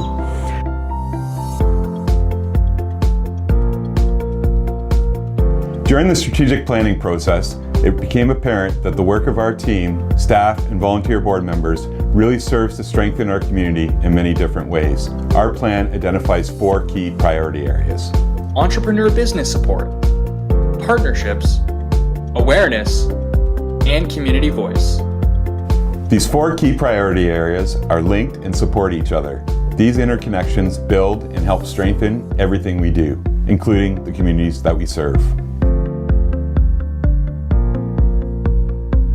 Entrepreneur business support, our goals include set sectors and loan targets, build referrals, source additional operational funding, diversify products, and loan a minimum of $2.25 million by March 31st, 2023. CFDC Middlesex has significant capital to lend out to young entrepreneurs. One of our strategic objectives for the coming year is to gradually build out our portfolio, lending money along the lines of the FedDev Ontario objectives to young entrepreneurs, women, home-based businesses. We're looking at partnerships with economic development officers in the various municipalities. We're looking at professionals, including lawyers, accountants, and also developing strong partnerships with banks and credit unions. Our partnership goals include strengthen partnerships with bankers, credit unions, and BDC, strengthen relationships with regional, municipal, and organizational partners, build target lists and a communication plan, and utilize LinkedIn as a relationship tool. We don't see ourselves as being in competition with the banks whatsoever. We help young entrepreneurs, we help them get started. Eventually they'll become bank clients, we hope, and we're happy. It's better that we all collaborate because that makes economic development better in the community. To build awareness, some of our goals include review and update our communication plan, educate our targets of our competitive advantages, products, and services, continually update our marketing materials and our website, and build reputation and awareness as a business advisory leader. Our awareness and reputation will continue to grow as we strategically reach out to Middlesex County. We want entrepreneurs in this region to know that we're here for them. As a community voice, we intend to contribute to community planning and economic development, as well as volunteer in revitalization projects. We use our deep understanding of the community to contribute to local and regional strategic planning and economic development initiatives. We refer to this as our community voice. Our goal is to be recognized as a valued partner and a contributor. Our team is small but growing. This means our partnerships are key to helping us strengthen our community. We recognize that everyone has an important role to play in making great things happen. We appreciate that we cannot be everything to everyone, and we prefer collaboration over competition. We'd welcome an opportunity to talk to you more about our strategic plan, priorities and goals, programs and services, partnering needs or interests.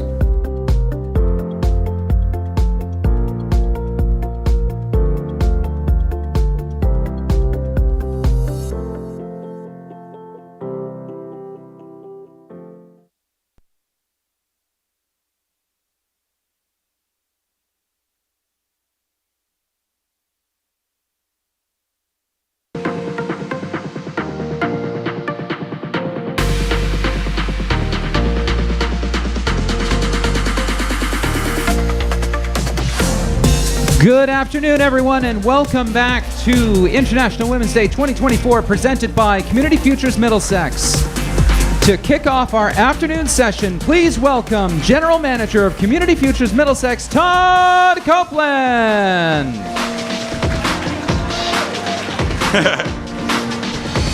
That's quite a welcome. Good afternoon and welcome back. I hope everyone had an opportunity to enjoy the opportunity, I guess, the taste, the selection of product offerings from our rural Middlesex County small business owners, and then learn a little bit more about their offerings and their businesses. It's been a great start, and I look forward to the remaining 2 hours as we continue our in-person celebration of International Women's Day here in Lucan, Ontario. Live streamed everywhere else for everyone else to enjoy, which is new, showing our adoption of technology. So, as Elias said, my name is Todd Copeland. I've been the General Manager of Community Futures Middlesex since November of 2019. Prior to that, I was actually a board member of Community Futures Middlesex for almost 3 years. And I went into that role as a board member having very little knowledge of what Community Futures Middlesex actually does and how they support rural business owners. Now it's become a bit of a passion for me to build awareness for what we do and our impact. And over the next few minutes, I hope to highlight what makes this organization great. So CF Middlesex is a federally incorporated nonprofit that exists to support entrepreneurs and small business owners within rural Middlesex County. We are funded by FedDev Ontario to deliver the Community Futures program.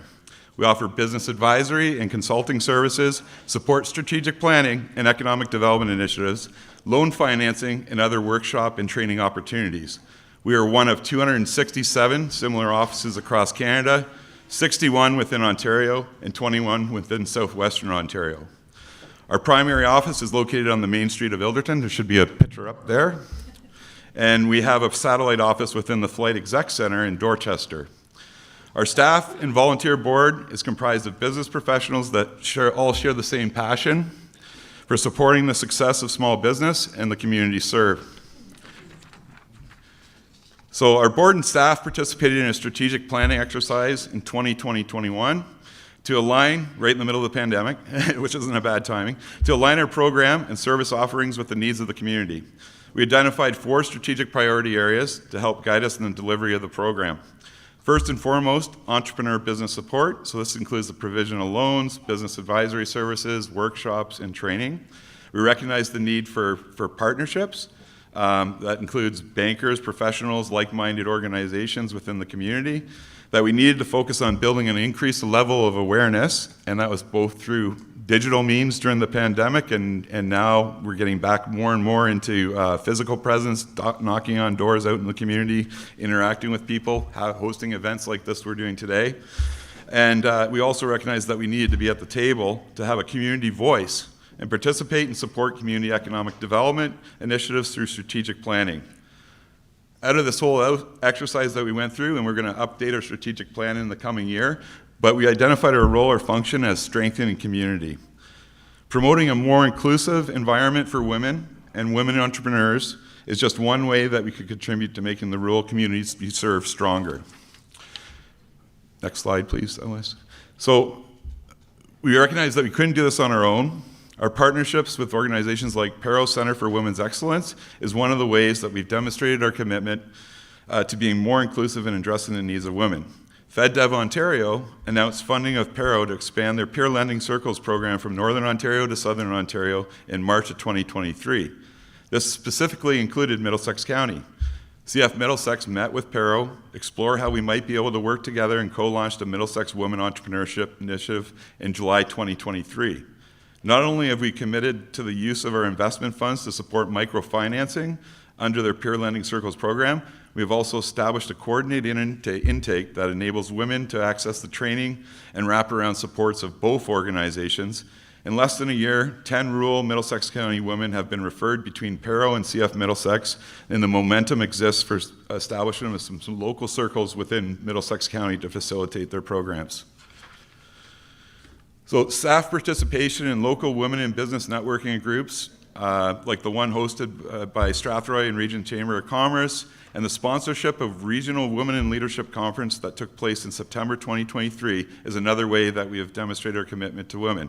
Our event today is the 7th time that we have hosted an International Women's Day event.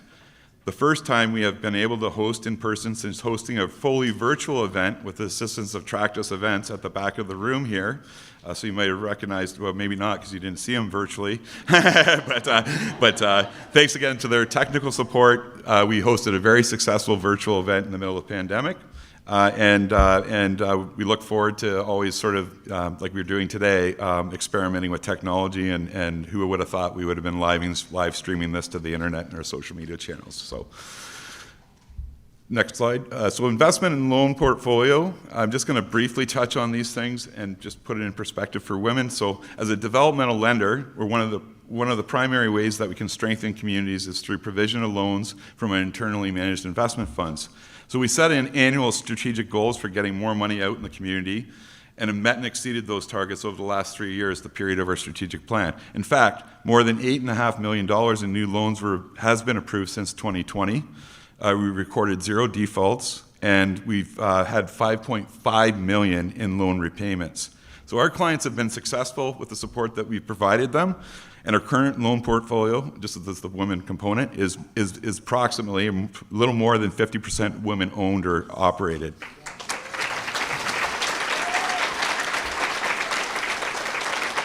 And I'm just going to touch on this program in particular. So Community Futures Middlesex was a delivery agent for the Regional Relief and Recovery Fund, so the triple RF, the RUF, I guess, right? So I always wanted to riff into a microphone, right? So loans support small businesses impacted by the pandemic. So we dispersed actually close, I think it was $1.7 million in loans. That was which equated to 34 loans and less, I guess, a little over than a year. This is on top of our normal loan activity. And 73% of those loans were dispersed to women-owned or operated businesses within Middlesex County, rural Middlesex County. And so as of January 2024, I'm just sharing some of the statistics here that we found, is that close to, if you add up the number of clients that have been able to pay back and claim the forgivable component, plus those that choose to convert to an outstanding balance loan for 3 years at 5%, which is a very good interest rate right now, it accounts for 88% of our portfolio. So Middlesex County businesses that we supported were resilient, and majority of those businesses that we supported there were women and women-owned operated. So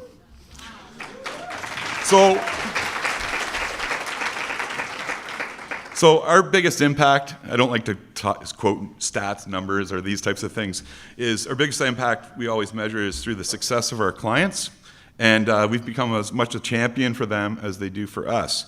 So lack of childcare continues to be a challenge both within rural and urban communities.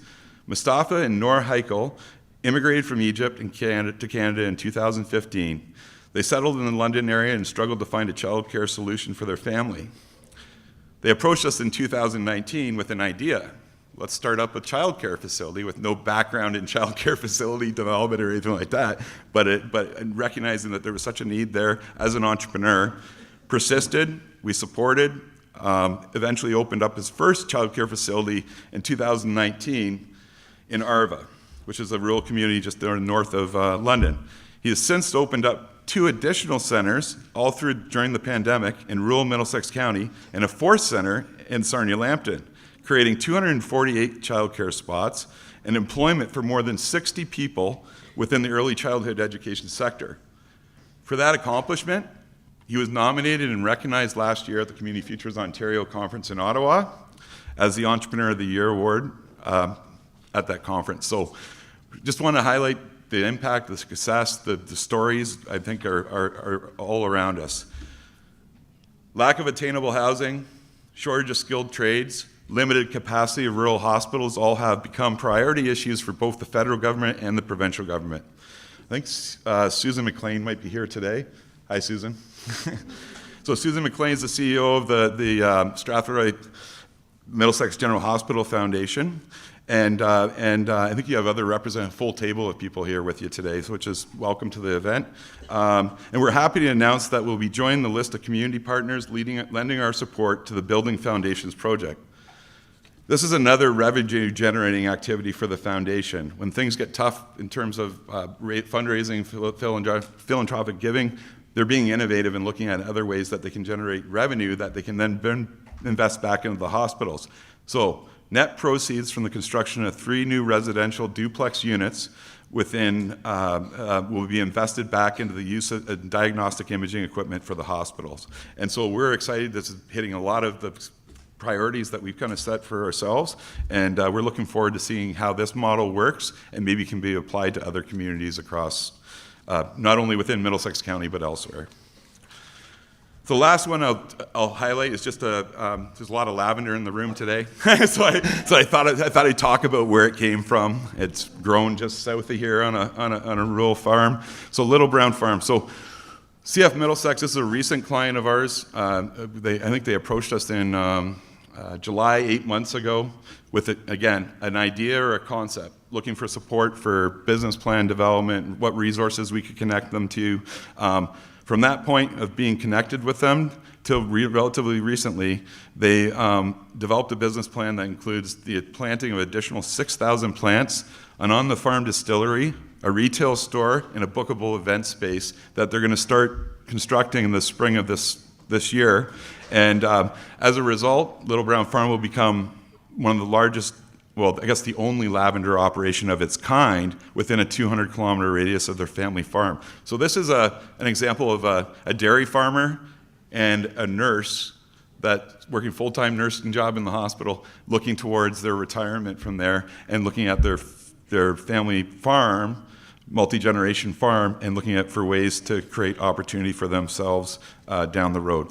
So as a result of this, we recently funded them. The project's going to start this summer.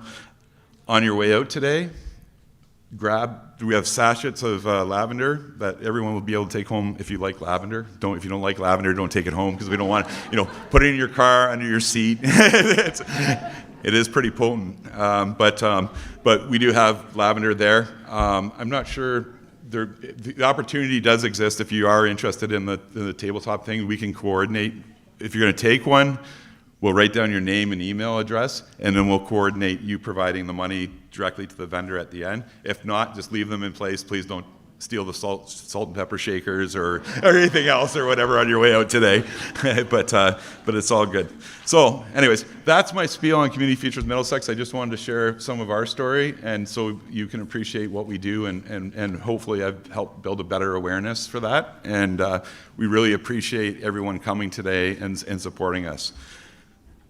Now I have the privilege to introduce a special guest to our celebration of International Women's Day.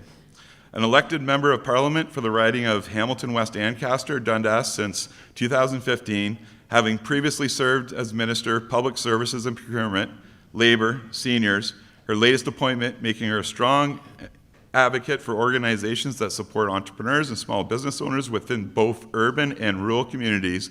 She has a background in law from Western, religious education, and a dedication to building stronger and more vibrant communities. The Honourable Filomena Tassi, Minister responsible for Federal Economic Development Agency for Southern Ontario.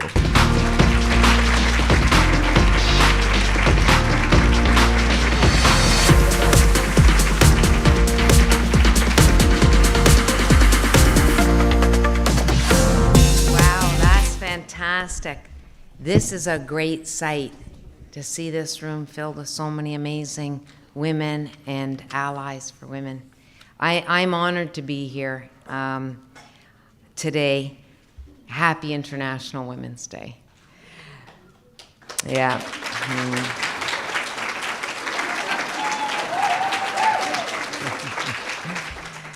So thanks, Todd and your team at the Community Futures Middlesex for hosting this wonderful event. And it was great to hear some of the stats and the work that you are doing. Really, really important work. And I couldn't agree more. Collaboration is key. So thank you for the leadership that you are leading here, so that we are ensuring that there doesn't, we're not leaving any untapped potential on the table. So as Minister you've heard Todd say about my previous portfolios, and I think I have to be careful here, folks, but what I will say about this one is I love this portfolio. It is, it's an amazing opportunity to really invest in people and unleash the potential that we know exists. Earlier today, I announced with Valerie Bradford, my MP colleague, $525,000 investment in a woman-led company in Cambridge. Spa Dent is the name of that company. And, like many stories, it started in the basement of a woman's home. And she has grown that building now to 20,000 square feet. Not an easy journey, but wow. And the products, she's helping us smile and be proud of our smiles with the oral health care that she is providing. Tireless work, but wow, what she ends up accomplishing, absolutely brilliant. So this is now helping them reach new markets. They export about 50% of their product. but also creating innovative solutions in healthcare. We know healthcare is one of our most important areas. Canadians, Ontarians, everybody wants good healthcare, and it's going to take more than just the federal government continuing to give the provinces and territories money. We have to spur, encourage, promote innovative ideas in this space. Spa Dent is a perfect example of that. Great to see a woman at the leadership of that. And now I'm so thankful for the opportunity that I had to speak to a couple of women entrepreneurs in the room. I heard that the panel this morning was absolutely fantastic. The day has been great. Alla, I have to say, what a story.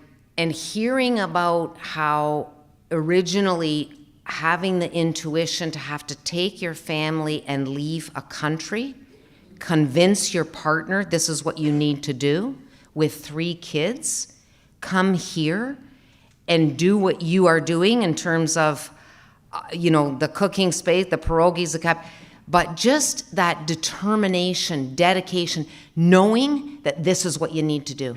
And that is a perfect example of what women do. And Alla says to me, I want to be useful. Well, I have to tell her, is she here? There she is right there. Alla, you're not only useful, you're brilliant.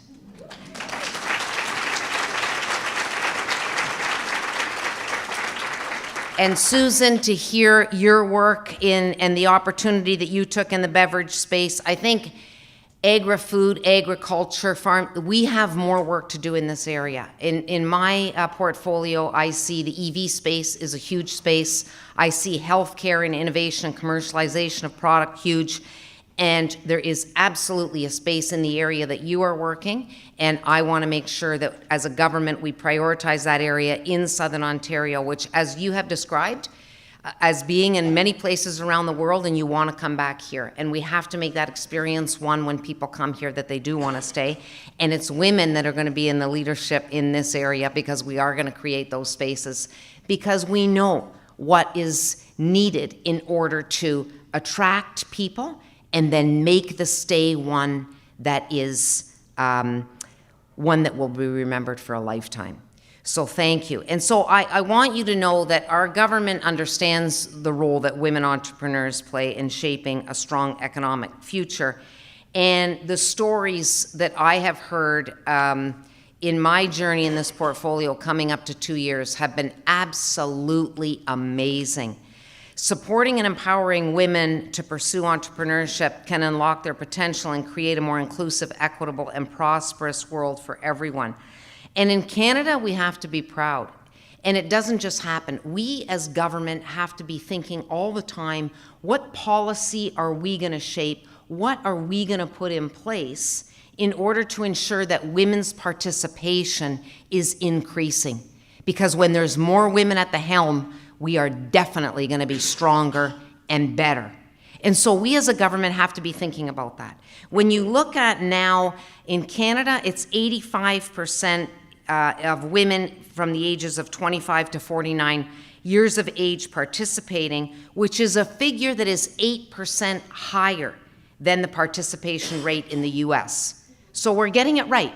We're getting there. And I think it's things like childcare, which was mentioned, the Canada Child Benefit, those things that are making it more encouraging for women to enter the workforce. But it's also sharing the success stories. If you look at my social media all week, we're highlighting women that are entering spaces. And you know what's unique? It's interesting when I ask them why they started it.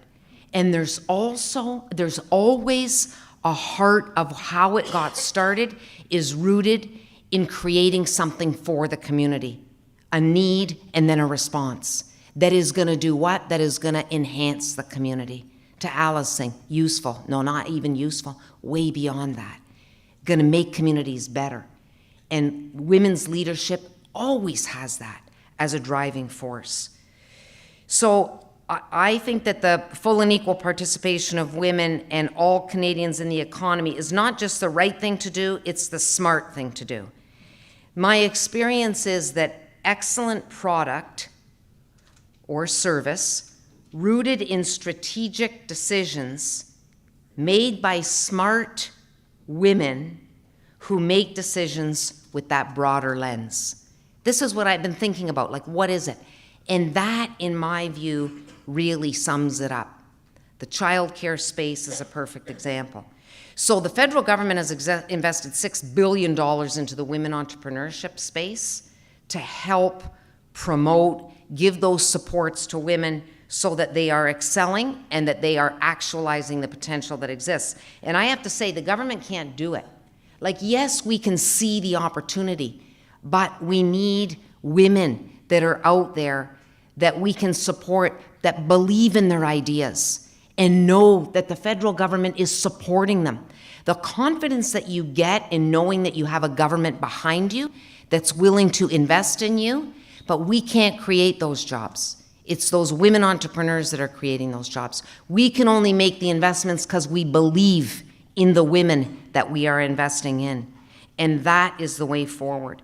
And I think that this is absolutely the route to growing the economy, to creating local jobs, and to making life more affordable for Canadians. As most of you know, CFDCs, like our host, CF Middlesex, which we heard the great work that's being done, play a pivotal role for entrepreneurs, including women-led businesses in their communities, providing on-the-ground support and vital tools to entrepreneurs with access to capital, business training, and mentorship so their businesses can thrive. These are areas I hear as I do roundtables across Southern Ontario of where the needs are. And great to hear, Todd, the focus that you are giving on women specifically. We know the difference that is being made in communities across Canada and Southern Ontario because you know the ground game. And this is where the collaborative piece is so important. We have to collaborate with those that are on the ground, that know the barriers, that recognize what they are, and are putting in smart solutions to make them work. And I have to say to you that as I go around and sit at these roundtables and get input from women like you and underrepresented communities across Southern Ontario, I'm getting good advice. And we as a government are implementing programs that are actually addressing the concerns that are being raised. But it's not, this isn't a one fix, it's not a one thing. We have to continue to keep working at this, but your input, your leadership, your commitment, your dedication, we can't do it without you. So I'm going to encourage you, when you get invited to these spaces, please come. The government needs you there. We need your voice, and we are listening to you. I also want to say that recognizing the work of the CFDCs, because they are on the ground. They know, these are the obstacles. The obstacles are, space or whatever it is, the connections, the networking, the mentorship, all those things, and being able to put in place those things that are needed, that are going to elevate those in communities, particularly rural communities, to give them the boost that they need. So our government did increase the funding to the CFDCs. I was very happy to announce that, $40 million over 3 years to help rural communities advance the cause of entrepreneurship across Southern Ontario. So our government as well is investing and supporting communities like this. We were there to support this actual community center with a $3 million investment in 2021, and we're going to continue to be there as communities like Lucan grow and thrive. So to Todd and the team at the Community Futures Middlesex, thank you for the work you're doing. We appreciate your continued support, and to all the women entrepreneurs in the Middlesex County. So let me just conclude with this. I just want each of you to feel confident, supported, believe in yourself. It's just, I know that it's not easy, the journeys are not easy, but when we can support each other and elevate each other, we're going to see these success stories, which we have all around us. Elevate them because they serve as inspiration for other women, young women. My daughter, who I never thought would be an entrepreneur, because I think one of the problems we have is that in education, there's not a lot in the curriculum with respect to entrepreneurship. And I worked in education for 20 years as a high school chaplain. Really hard, right? And now that we've gone from 5 years to 4 years in high schools, the the opportunity to take all those extra courses is more limited because you got to take those courses that you need to get your degree in, or your diploma, whatever they're calling it now.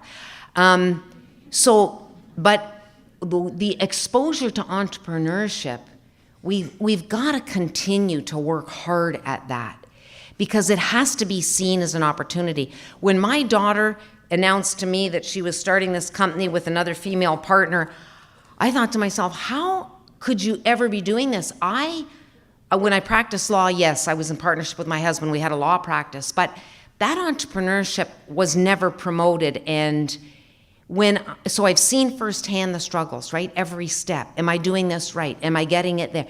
To see the advancement through the supports that are out there is brilliant. We can all be a part of that.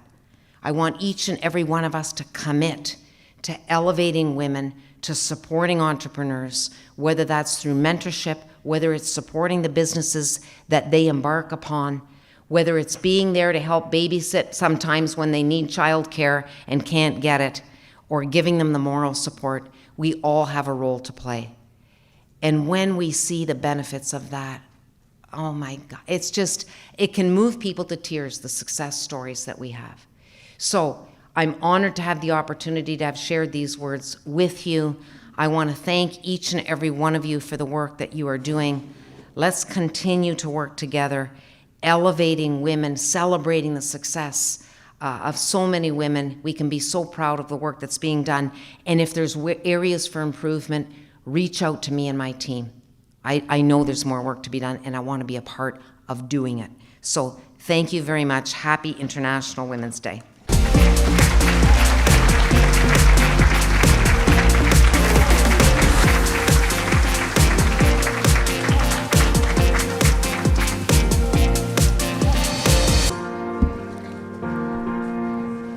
And now, please welcome to the stage the Small Business Manager for Libro Credit Union, Leanne Wiseman.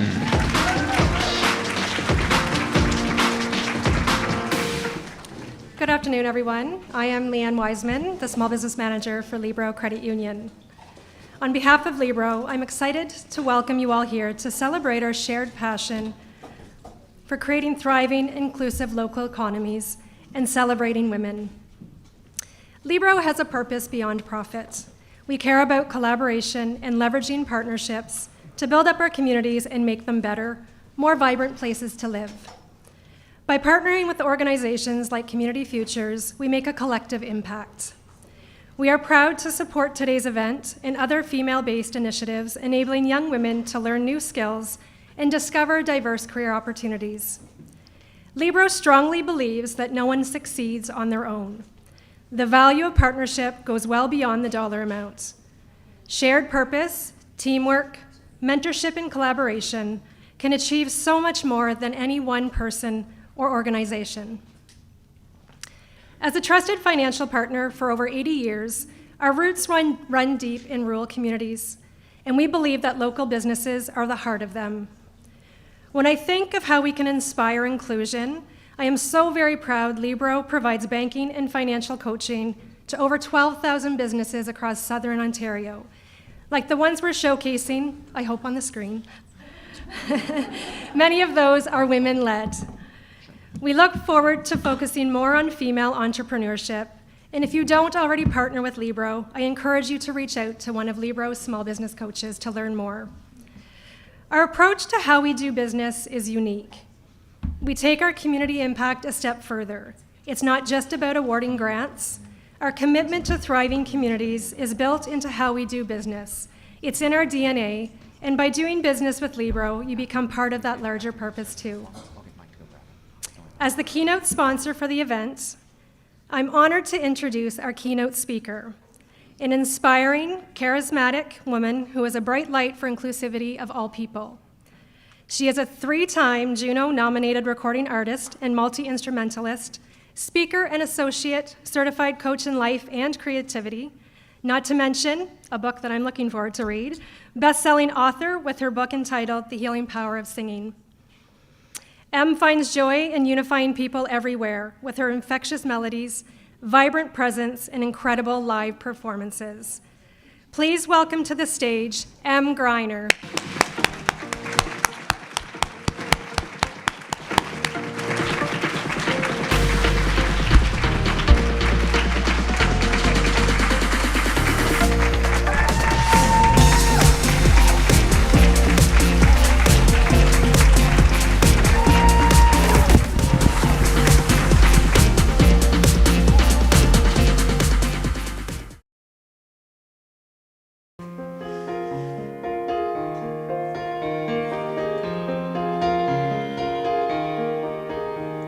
You're running through the underground, hiding your real first name. I always said you were the real star. You move like a hurricane through the pain. You said, don't forget about me. Don't forget about me like I did ever forget about you. How could I just change my mind when all the sun shines down on you? Everyone's a lie, but you're so true. You're symphonic, you're the light of the moon. How could I forget you? There's a whisper in the limo, thousands of miles away. But there are no lies in your blue eyes, only a summer day. Oh, a sweet summer day, where all the sun shines down on you. Everyone's a lie, but you're so true. You're symphonic, you're the light of the moon. How could I forget you? You're a starry dream that never ends, fireworks around the bend, an angel on the river Thames. You must know you're all the lights on New Year's Eve, quiet on the raging sea. How could I forget you? How could I forget you?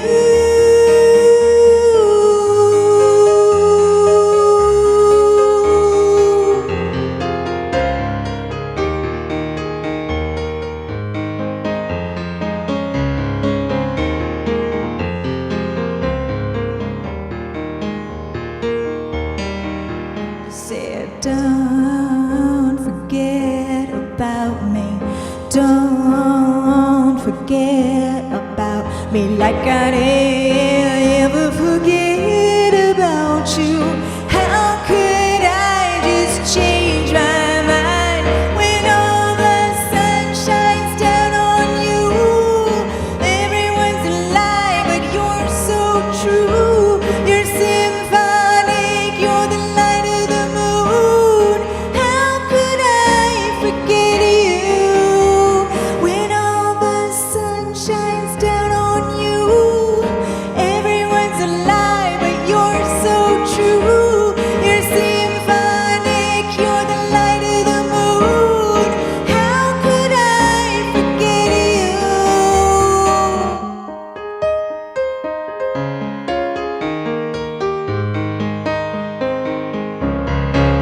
You said, don't forget about me. Don't forget about me.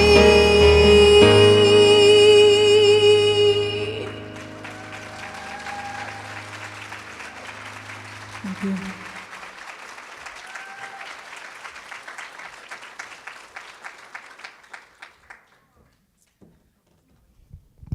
All right. Oh, hello again. Is there a way to bring back the stand here? Yes. Okay, or do we only have one? Oh, okay, all right.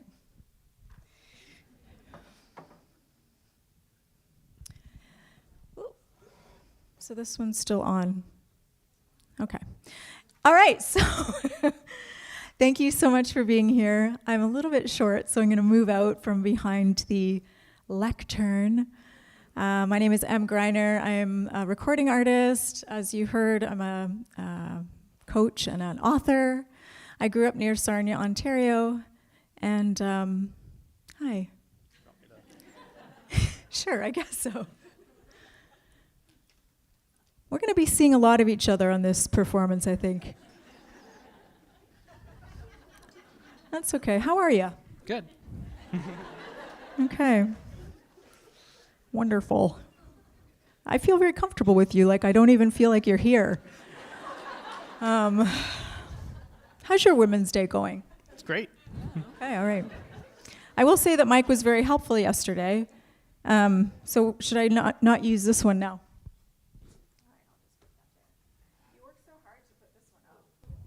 Oh no. Okay. All right, I think we're good. Let's hear for Mike. All right. Allies of women. I'm going to put Mike in that category. So I don't know how many of you were here last time when I spoke in 2020. Many? Okay, so you know my story. I don't really need to go over it again, but I am from Sarnia, Ontario, and I had dreams of being a singer when I was younger, and I loved to write, and I discovered piano at an early age, and the two merged, and I became a songwriter. And my whole reason for becoming an artist was that I really wanted to sing the songs that I was writing. So that's what I did. And I got a record deal, toured the world, have come back to Ontario to raise a family, and I'm going to share a few things about that later. But I just wanted to say how inspiring it is to be with all of you here. I am allergic to lavender, so I was watching the live stream in my car, but so inspired by your stories, and just so honored to be here with all of you. It's very rare that you can walk into a room and just feel the power, because we are women and we have so many superpowers. So I'm so grateful to be here with all of you. Thank you.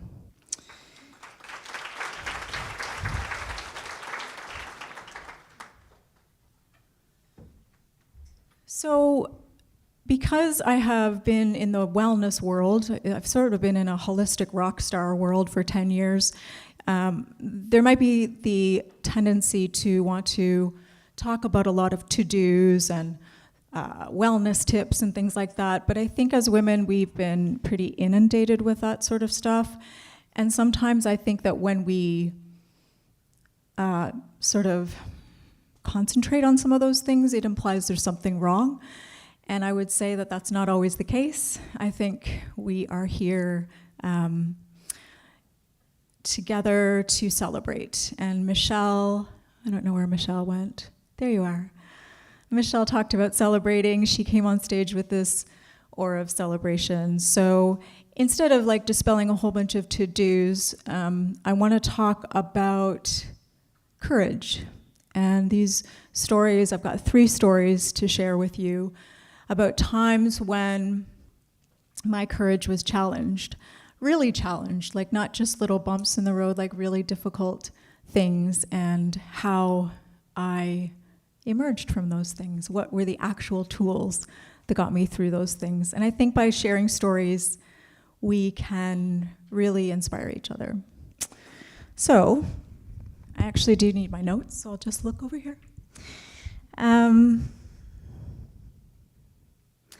I really loved that we talked about, so in the panels earlier, we talked about all the things that we still have to work on. And Dallas, you were so inspiring, talking about all the realities of the work that we have to do in women's health. But I do think there are things to be hopeful for, as you highlighted.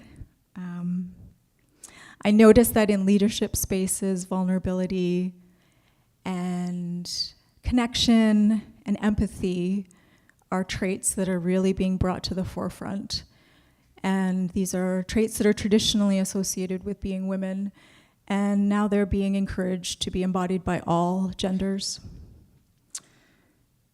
I see hope in a community called Coralus, which is a community I'm a part of, which is an all-women, non-binary group of 7,000 activators across the world. And these women pay a membership fee, or they donate their money, and they fund women-led ventures and non-binary-led ventures. And in that community, it's almost like an alternate society where you can really bypass maybe the people and sort of ideals that hold you back. So Coralus is one of those things. I'm really inspired by my friend Catherine Hansen. She is the wife of astronaut Jeremy Hansen, and she is a board-certified menopause practitioner. And Dallas, you touched on all the strides that need to happen in not only the birth control world, but also in later years. And if anyone here is looking for guidance and truth around menopause and that journey, I would encourage you to look up Catherine's work. So that's Catherine Hansen, Hansen. I noticed that my partner, Michael, came home yesterday from the barber, and he said that they were talking about their Reiki sessions. So the barber in my town in St. Mary is Jay McPherson. He's like a man's man. My husband would call him a town dude. And I just thought it was really interesting that now some of these healing modalities are making their way to the barbershop, where Elon Musk is on the back wall of the barbershop, and there are other town dudes in there listening as well. Even in the music business, is there a clicker, Elias? Did you get my PowerPoint? Okay. Even in the music business, I had a call with my friend Nikki Rayum. She's a music manager, and she works with a band called Boy Genius and some other bands. Thank you. It's been a while since I've held a clicker, so hooray for the gathering, the in-person gatherings. And my friend Nikki, who used to book my shows many, many years ago, had just been to the Grammys. And I said, how are the Grammys? And she was like, yeah, they were actually really inspiring. And I was like, how so? And she was telling me about, see, now I can't see the screen. I see this problem. Has it gone to anything? Oh, there it is. Thank you. I will say, my friend Catherine Hansen says we can't be ourselves by ourselves. So thank you for helping me. She told me about an organization called Reverb, and it was started by Lauren Sullivan and her partner to help reduce the environmental footprint that bands leave on their massive tours. So everyone from Dave Matthews, Pink, Fleetwood Mac, and Billie Eilish have been a part of this, and it's growing. And she told me about Calling All Crows, an organization that fuels a feminist movement through education and advocacy. They've mobilized thousands of music fans to volunteer 35,000 hours, donate almost $1 million, and take 50,000 plus actions in support of feminist community organizations. The thing that I find most intriguing about Calling All Crows is that they teach musicians, bands, and security personnel how to keep women and girls safe at concerts. So even in my world, there are reasons to be hopeful. And speaking of hope, I know that you were hoping that I would do this, that I would ask you to sing. Okay, so one of the joys of my life and one of the ways that I give back is through vocal coaching. And there's so much about singing that mirrors life. You need to become vulnerable. You need to tap into your power. You need to be loud. You need to let go. So we're gonna do that right now, okay? And you guys were like, oh, I just thought this was like a chilled symposium. The lavender and everything. So I'm gonna get everyone, if you feel able, to stand. And I know you just had lunch, but. Okay, so you might need to watch out for your neighbor, but I'm gonna get you to just take a huge deep breath together and let it out. Okay, one more time. Don't be afraid of making sound. Doesn't that feel awesome? And now I want you to put arms overhead if you can. If you have shoulder issues, don't worry about it. And then as you bring your arms down, like take up as much space as possible. I would love it if someone looked through the windows right now. It looks like we're flying. So just one more time. You can stretch if you want and just take up as much space as you want. I think as women, we don't take up the space. So that's great. And now I'm going to teach you how to breathe. Okay, so you breathed properly when you were a baby. It was all working out for you, and then adults came along and ruined it. They told us to be quiet, so we're going to reclaim that. So taking your hand on your belly. Now the position for finding your diaphragm is pinky on the belly button. Okay, so it's a little higher than you think. Now, you're just gonna take in a breath and see if you can make your belly expand when you breathe in. Okay, this might take a while, so you ready? Sometimes breathing through the nose is easier. You can close your eyes if you want. Can you feel your lunch? Really? You're taking pictures of this? Okay, those are going to be keepers. Okay, is anyone feeling that nice deep belly breath? Anyone? Okay, so you can even watch me. The belly comes out. And you can use this as a way to relax anytime. Now we're going to pair sound with it. Yay! Okay, so we're going to make one note, whatever note you want. And it's going to be like, no, okay? But I want you to breathe in with your belly and then do the note, okay? Don't be afraid. I see a lot of fear, but it's okay. All right, here we go. 1, 2, 3. No.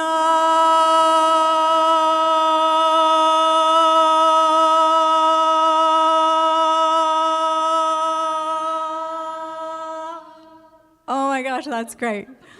Okay, one more time. How about even louder? Okay, here we go. No.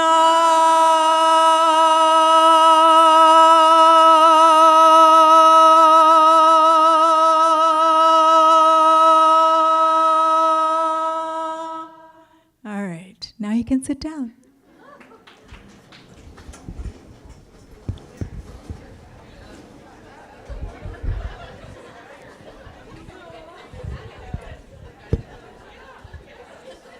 All right, so now that you're warmed up, I need a volunteer. I'm going to keep, do I need to use that one for vocals? Well, no, we'll just use this one, and we'll get rid of the other one. Okay, all right. Can we keep one, though, for someone in the audience? I'll keep it around. Okay, so Mike's going to give the mic to someone who loves Ozzy Osbourne. There was pointing back there. Really? You? What's your name? Sylvie? All right, let's hear it for Sylvie. Okay. So in 2000, I made an album called Girl Versions where I took male songs and I sang them in a female voice. And it was nominated for a Juno for Pop Album of the Year. I didn't win, sadly. David Usher won. Oh, Usher. Whatever. But one of the songs on the album was called Crazy Train. So if Sylvie, you know how to do you know the opening all aboard? Do you know how to, the all aboard? Yeah. Okay, so I need you to come up here and find it in your soul to help me with that intro. You ready? Let's give Sylvie some encouragement.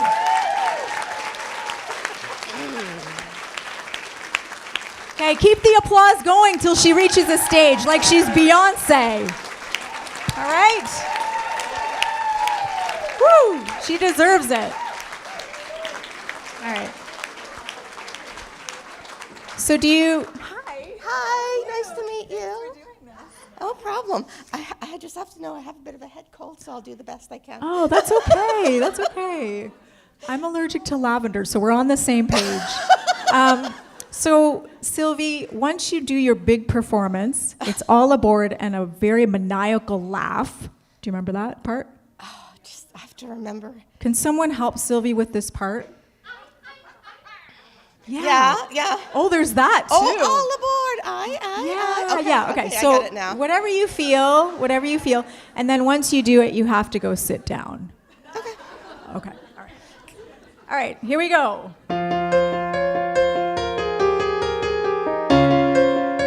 So give Sylvie some more encouragement.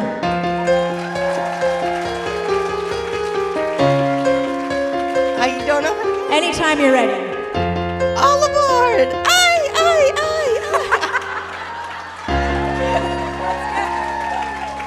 Maniacal laugh? Oh my God.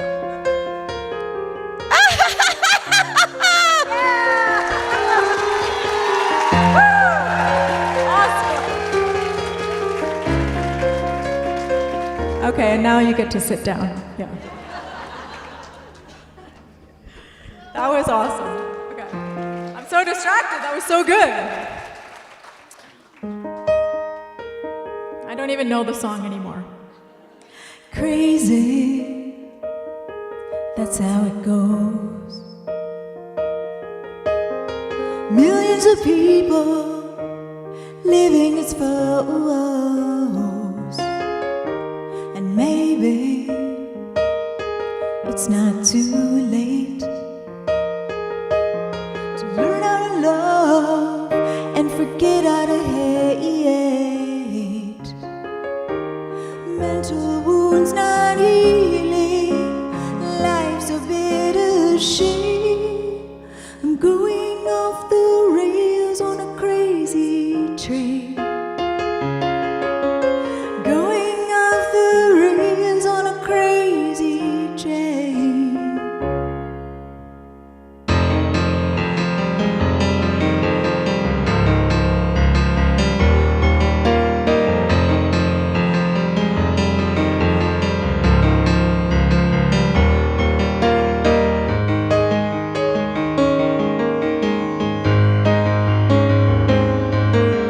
I've listened to preachers and I've listened to fools. I've watched all the dropouts make their own rules. One person conditioned to rule and control. The media sells it and you live the role. Mental wounds still screaming, driving me insane. I'm going off the rails on a crazy train. Going off the rails on a crazy train. Going off the rails on a crazy train. Going off the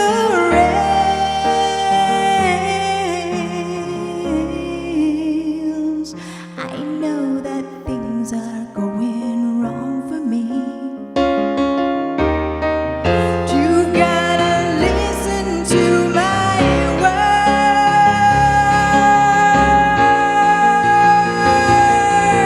Oh,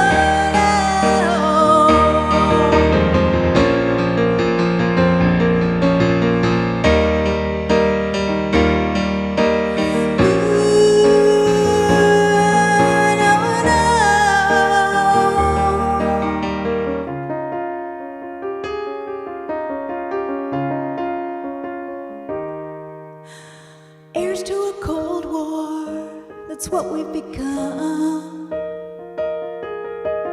Inheriting troubles, I'm mentally numb. Crazy, I just cannot bear. We're living with something that just isn't fair.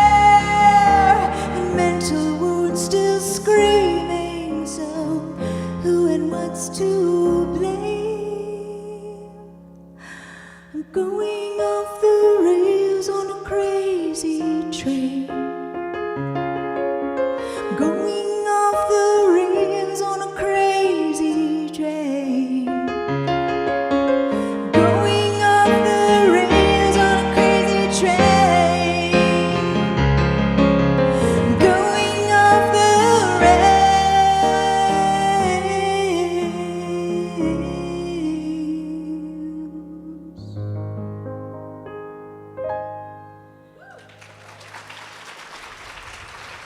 Thank you.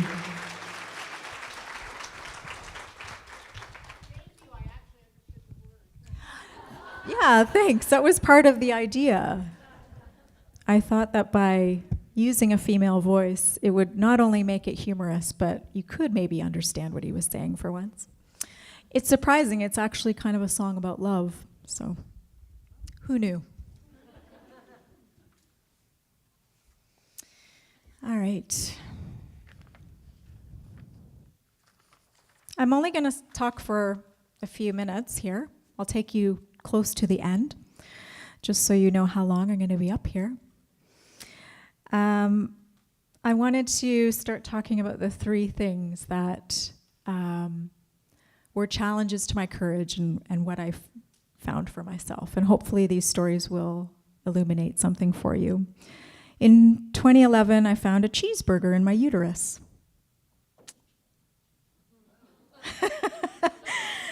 So when you get your ultrasound, sometimes if it represents, that's not my ultrasound, if it represents as a hamburger, it means you're having a girl, because that's the female genitalia. Isn't that wonderful? I had already had a son, and I was 37, and when I found out, I went to the coffee shop after and cried. Mostly because I was an only girl growing up. Up until that point, I had a lot of male friends, and I did want to have a daughter, but I honestly had no idea how I was going to guide her. I wouldn't know what to tell her about makeup. I wouldn't know what to tell her about boys, because I hadn't really figured some of that stuff out for myself. So I cried to my husband at the time. I said, "What are we going to do?" And it turns out that my daughter has become one of my greatest teachers. One of the things that I wanted to do shortly after I gave birth to Aoife, my daughter, was start a band with other women. I wanted it to be like a female Crosby, Stills, Nash & Young. So this is a photo of my roots band, Trent Severn.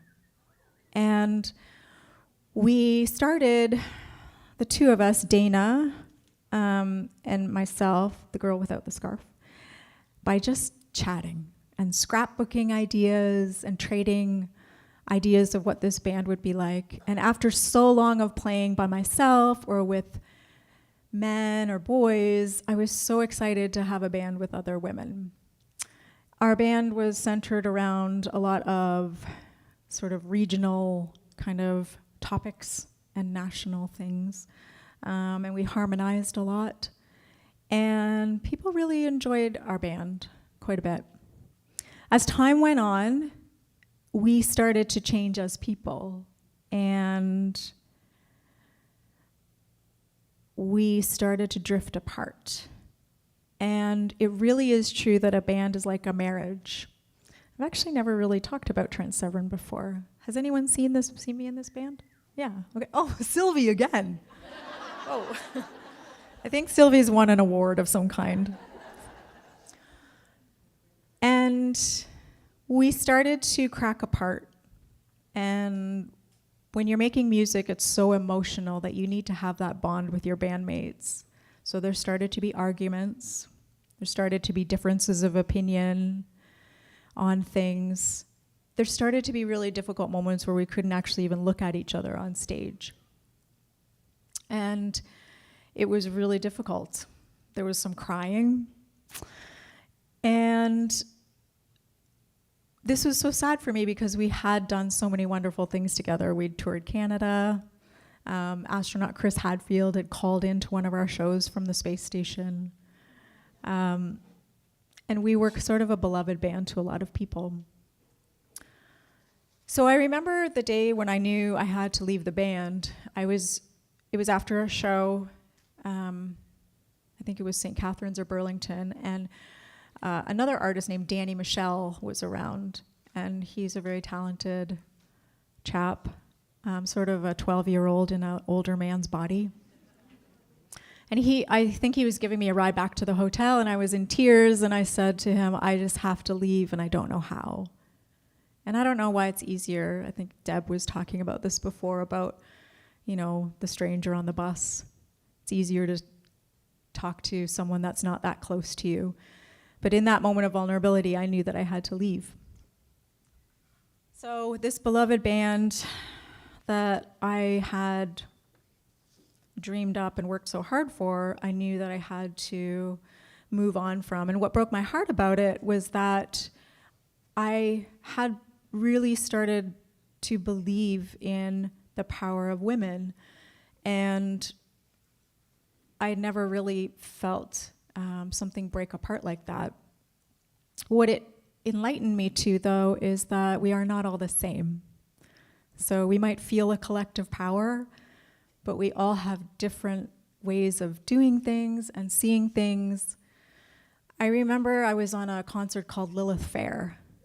Do you guys remember this? It was Sarah McLachlan's festival, and it was beautiful. The inspiration behind it was to champion women's voices in music. And it really grew. I remember the first year I was on it, Sarah was making little gifts for people and giving them to the participants.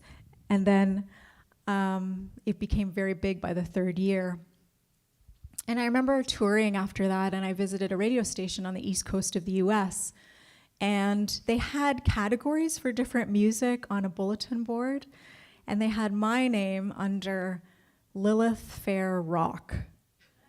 And I just thought, oh man, there's always one step forward and a few steps back, right? And that's always sort of infuriated me. We're not all the same. We're not all the same genre. When I left Trent Severn, I kind of wanted to throw in the towel on music. It was so heartbreaking, and I just wanted to do something completely different. And I became a developmental support worker for about a year. And I went from like wanting to do music to just wanting to help someone else. And that experience was so illuminating because I realized how hard people work in that field. But also, removing myself from the band kind of showed me where I could fix, not necessarily fix, but attend to my own shortcomings. And sometimes you have to remove yourself from a situation in order to see something clearly. I remember being a support worker, and one of the guys I was working with, I would do all the things that a support worker would do, but then when he was done eating or getting ready for the day or whatever, I would just sit there and I'd go back to the music that I thought he would listen to. He was a 70-year-old nonverbal man. I would go back and play music that I thought he listened to when he was younger until he smiled, and he never smiled. And when I played him a song that he remembered, he just lit up. And it was this reminder that I have to go back to music because it is what lights me up. It's what lights up so many people, and it's what is so uniting. So when we release something, we make room for something else. And after that, I really started to focus on my own music again in a new way. So now I'm going to go back over here and play you another song.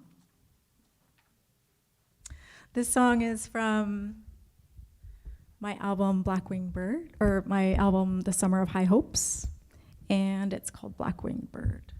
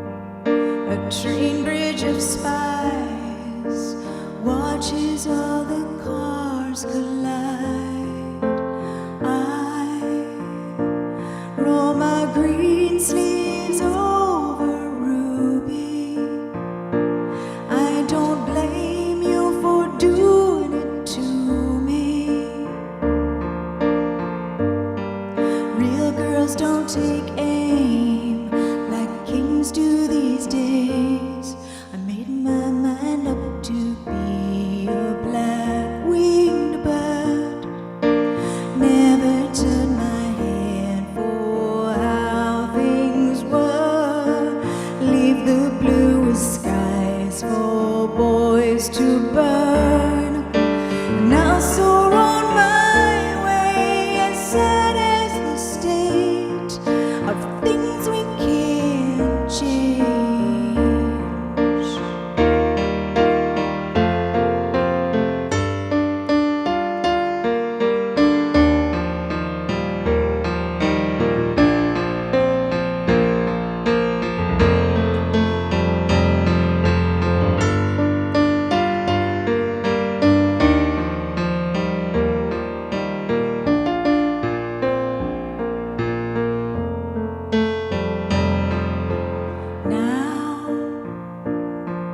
We're paper dolls all aflame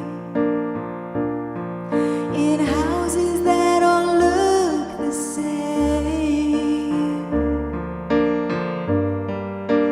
Rows of regret and arson for wilderness. I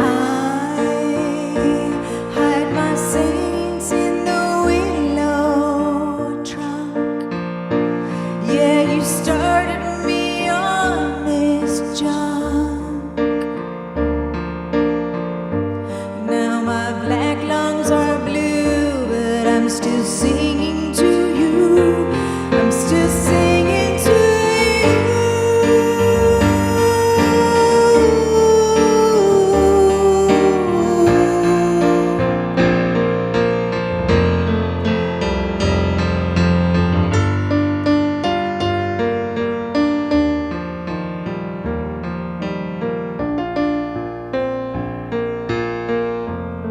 I made my mind up to be a black-winged bird. Never turned my head for how things were. Leave the bluest skies for boys to burn. And I soar on my way, sad as the state of things we can't change. Sad as the state. Sad as the state of things we can't change.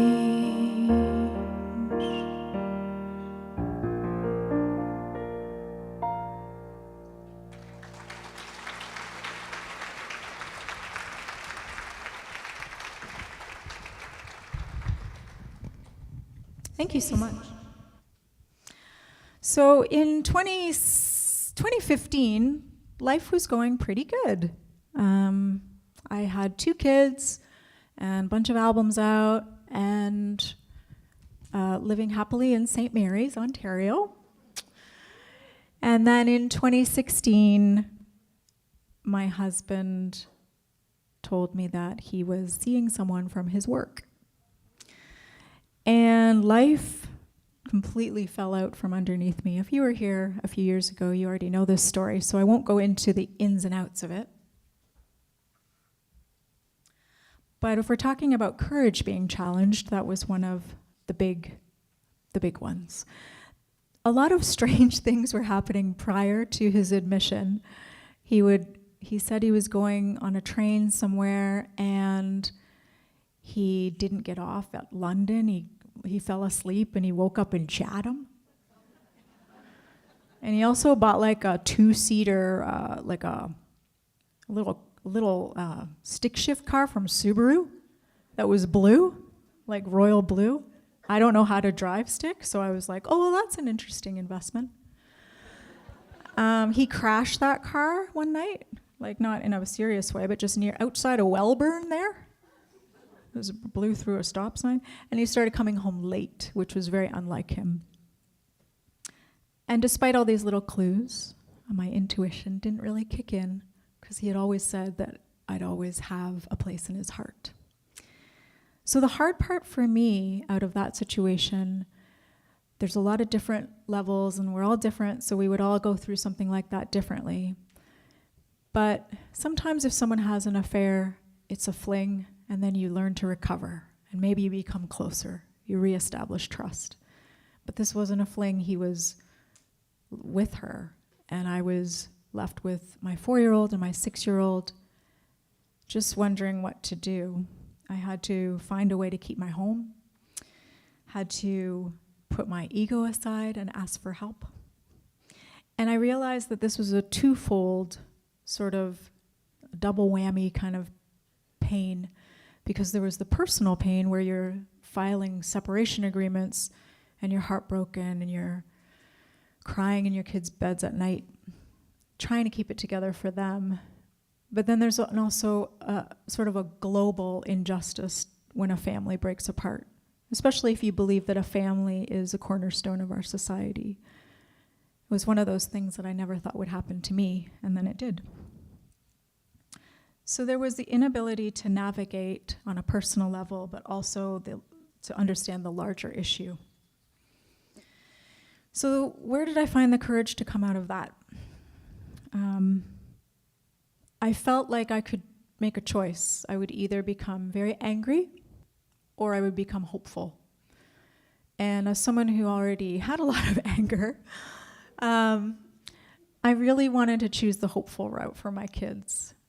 They didn't ask to be brought into the world. I wanted to do right by them. So courage came in the form of sitting with other women. Again, sort of learning to trust again.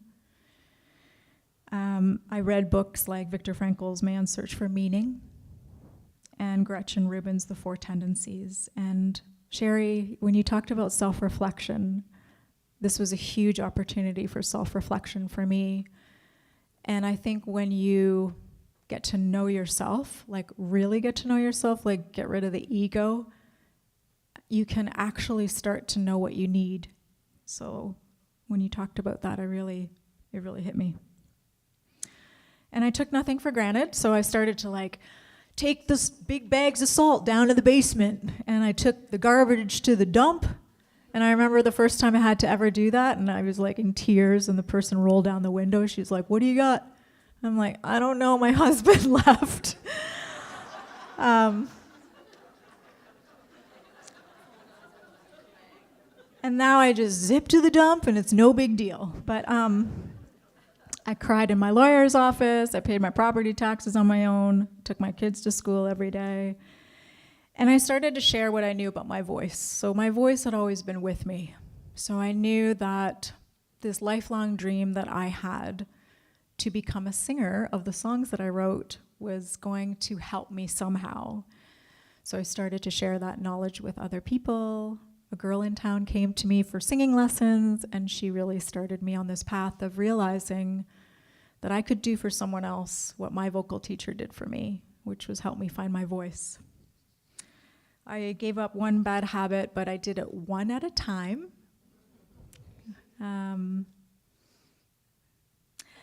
I dove back into dating, which was very, very strange. I remember my brother saying to me, my brother's 3 years older than me, he's like, "You're gonna date now?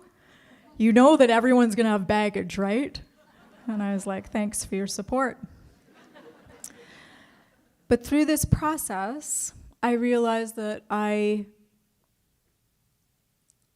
wanted to be heard. And that was one of the things that I would not tolerate, was not to be heard by someone.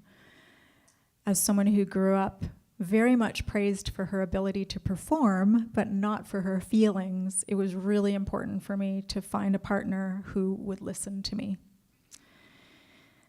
And that led me to my current partner. So this is Michael. We got married about 2 years ago now.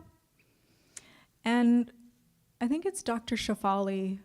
She said, don't marry someone that you love. I mean, I guess that's important. But marry someone you can grow with. And I'm really learning to do that with Michael, and it's been really amazing, and it's not easy. And any of you who have been married a long time, I'm going to give you a high five right now. Just put up your hands if you've been married or with someone a long time. Okay, great, high fives. And even if you're not with someone, if you've got a relationship with yourself, high fives. Because that's completely amazing as well. Okay, so the last thing I'll just say about courage is that something that I think I struggle with ongoing is finding your joy, but actually doing something with it, nurturing it and taking care of it.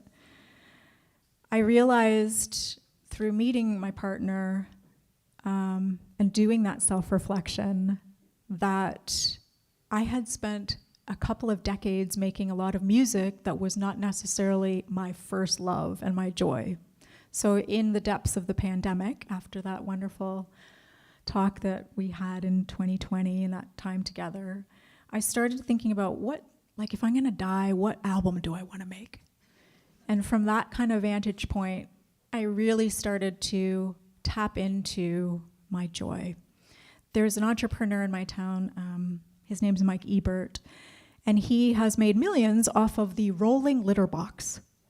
Do you guys know about this? Okay, a couple of nods. So instead of scooping it, you roll it, and yeah, I don't have a slide for that. But he took something that was a passion to him, and he made a wonderful company out of it. And I remember asking him one day, it's like, I wanna be really good at my business now, It's like, people don't take music seriously. Tell me how to be good at my business. And we went for a little walk down by the river in St. Mary's, and I expected some like concrete advice, some statistics. But he said, you have to clean up your vibration. And he said, really tap into your joy. So like, what is that? Like, close your eyes and listen to the music. And I remember coming away from that meeting going, I kind of got ripped off, but in a way, maybe not. So I ended up writing a whole new record. I went to Nashville and I recorded it with the most amazing musicians. And when I came back, I really didn't know what to do with it. I felt like I had I had no idea how to promote music in 2023. So what did I do about it? I asked a lot of questions. I asked people what to do. So I got on the phone with people. I just got really curious. And then I also did something that I think is really important, and I redefined success. So when you grow up, you have a certain vision of what success is, and I decided that I could redefine that. And I had amazing mentors. My friend Ingrid Williamson, who ran Sunripe, the grocery stores, and she passed away in October. And she was so special to me, and she made a family business into something that really fed people's hearts and souls. So 2 grocery stores in London, 1 in Sarnia. And to me, that model was so meaningful because it didn't have to be Whole Foods. It didn't have to be this big empire. It was just something that she loved, and she made it her way. And now that she's gone, we have all these recipes. We have some of Ingrid still in our lives. And I think that's important in a world that's really defined by external validation. So what is your joy? I remember asking my friend Sarah Smith, what am I gonna do? I don't have any shows. I've made this album in Nashville, I have no shows. And she said, trust the universe, the shows will come. And that sounds really vague, but I think it really is meaningful if you can let go and follow your intuition. I remember seeing contracts. That was part of my intuition. I could see the contracts. I didn't know what they were.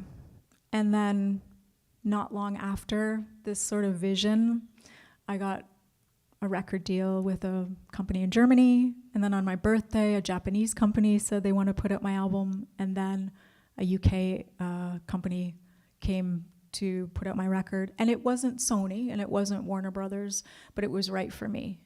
And that's what I mean about redefining success. It's kind of about sufficiency. What is enough?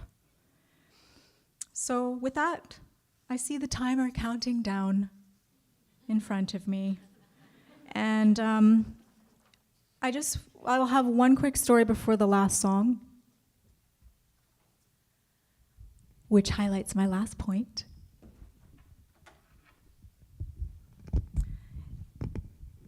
And that is,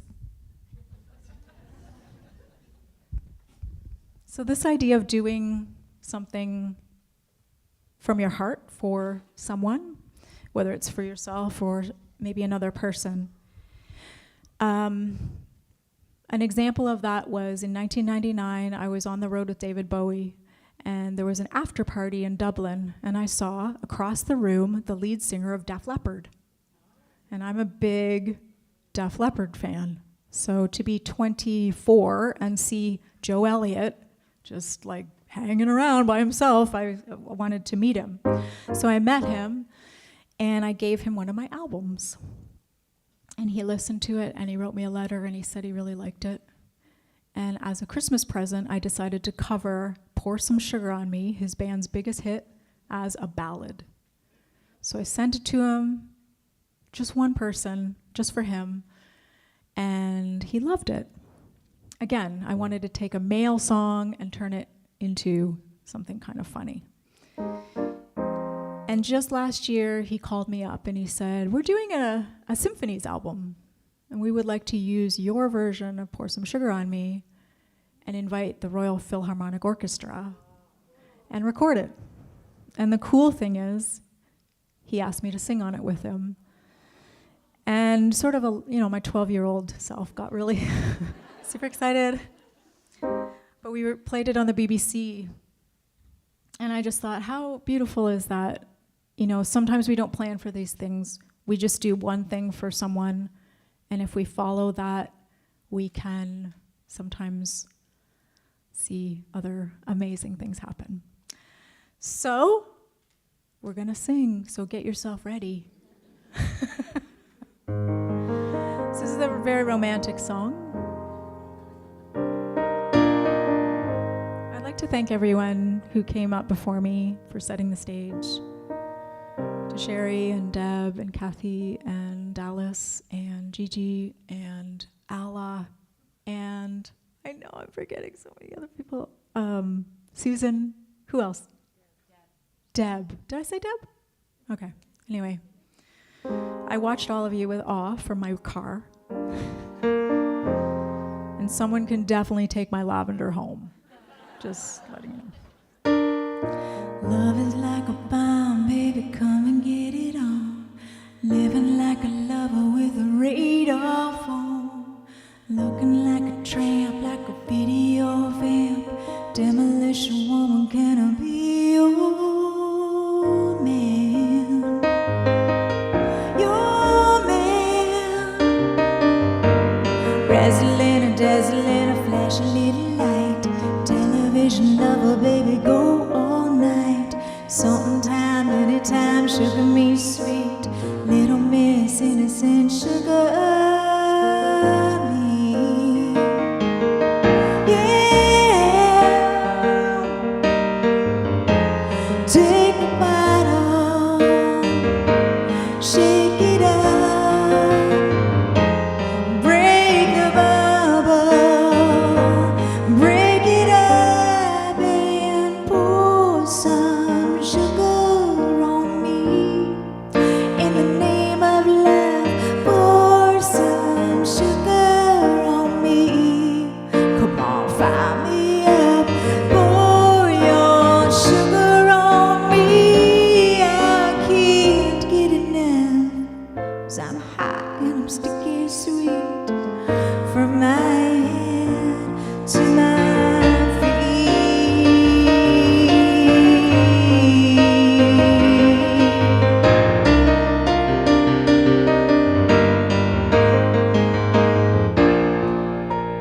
red light, yellow light, green light, go. Crazy little woman in a one-man show. Mary Queen, mannequin, rhythm of love. Sweet dream, saccharine, Lucana. Lucana. You gotta please a little, squeeze a little, tease a little more. Easy operator, come knocking on my door. And sometime, anytime, sugar me sweet. Little miss, innocent sugar me. Yeah. Take a bottle, shake it up, break the bubble, break it up and pour some sugar on me. In the name of love, pour some sugar on me. Come on, fire me up, pour your sugar on me. I can't get enough, 'cause I'm hot and I'm sticky sweet. From my head to my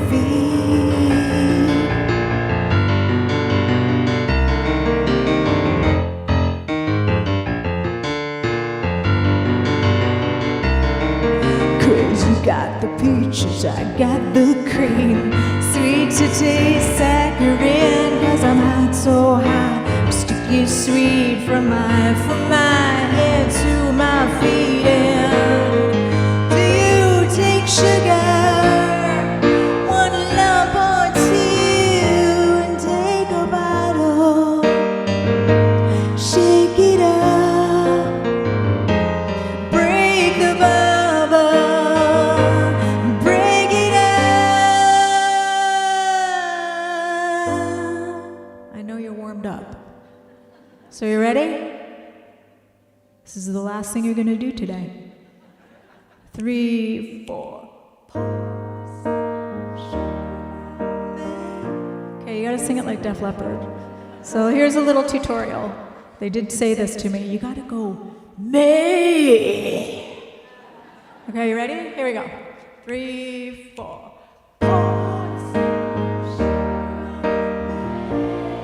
Oh my God, that's so good. Pour some sugar on me. Okay, even louder.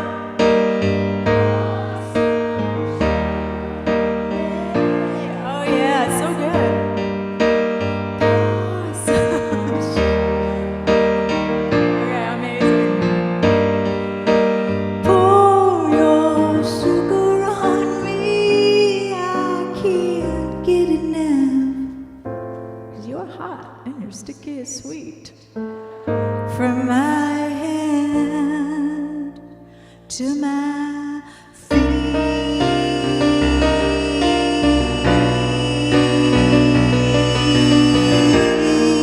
Oh yeah, yeah.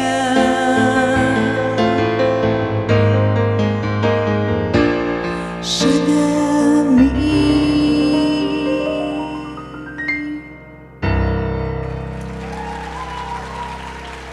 Thank you, Lucan.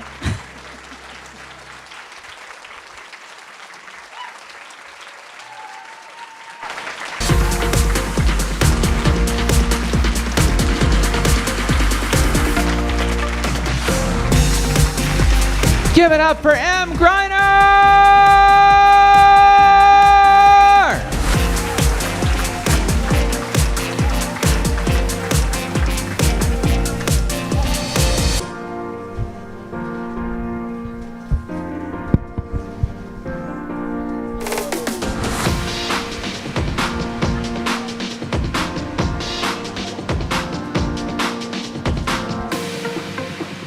And now to close off the day is some closing remarks from the Community Futures Middlesex Board Chair, Fraser McDonald.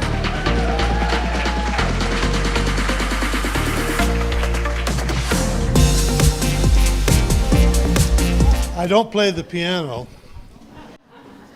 and just so you know, I don't sing either. I don't know about you, but I thought it was a phenomenal day. It was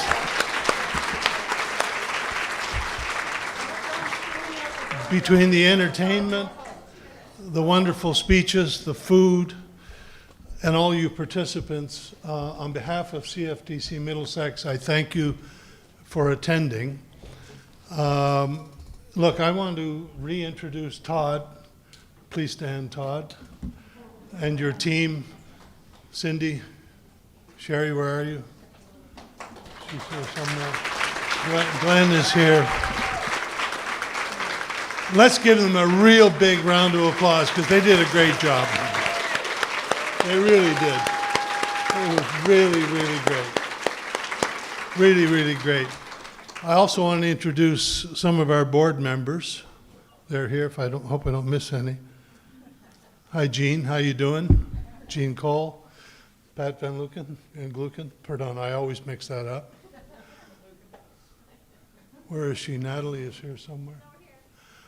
There you are. Thank you, Natalie. And I'm the token male here today on the board. But you guys have a lot of fun. I was thinking about it. The men's meetings that I go to, we usually talk about the Leafs and how bad they were last night, or Fraser's 3-putt in 18, that the reason why he didn't make. But you guys have a lot of fun. And I was telling Todd that we should do this more often because this was a really great event. I even learned a lot. Thank you very, very much for your attendance, and we hope to see you again next year. Thank you very, very much.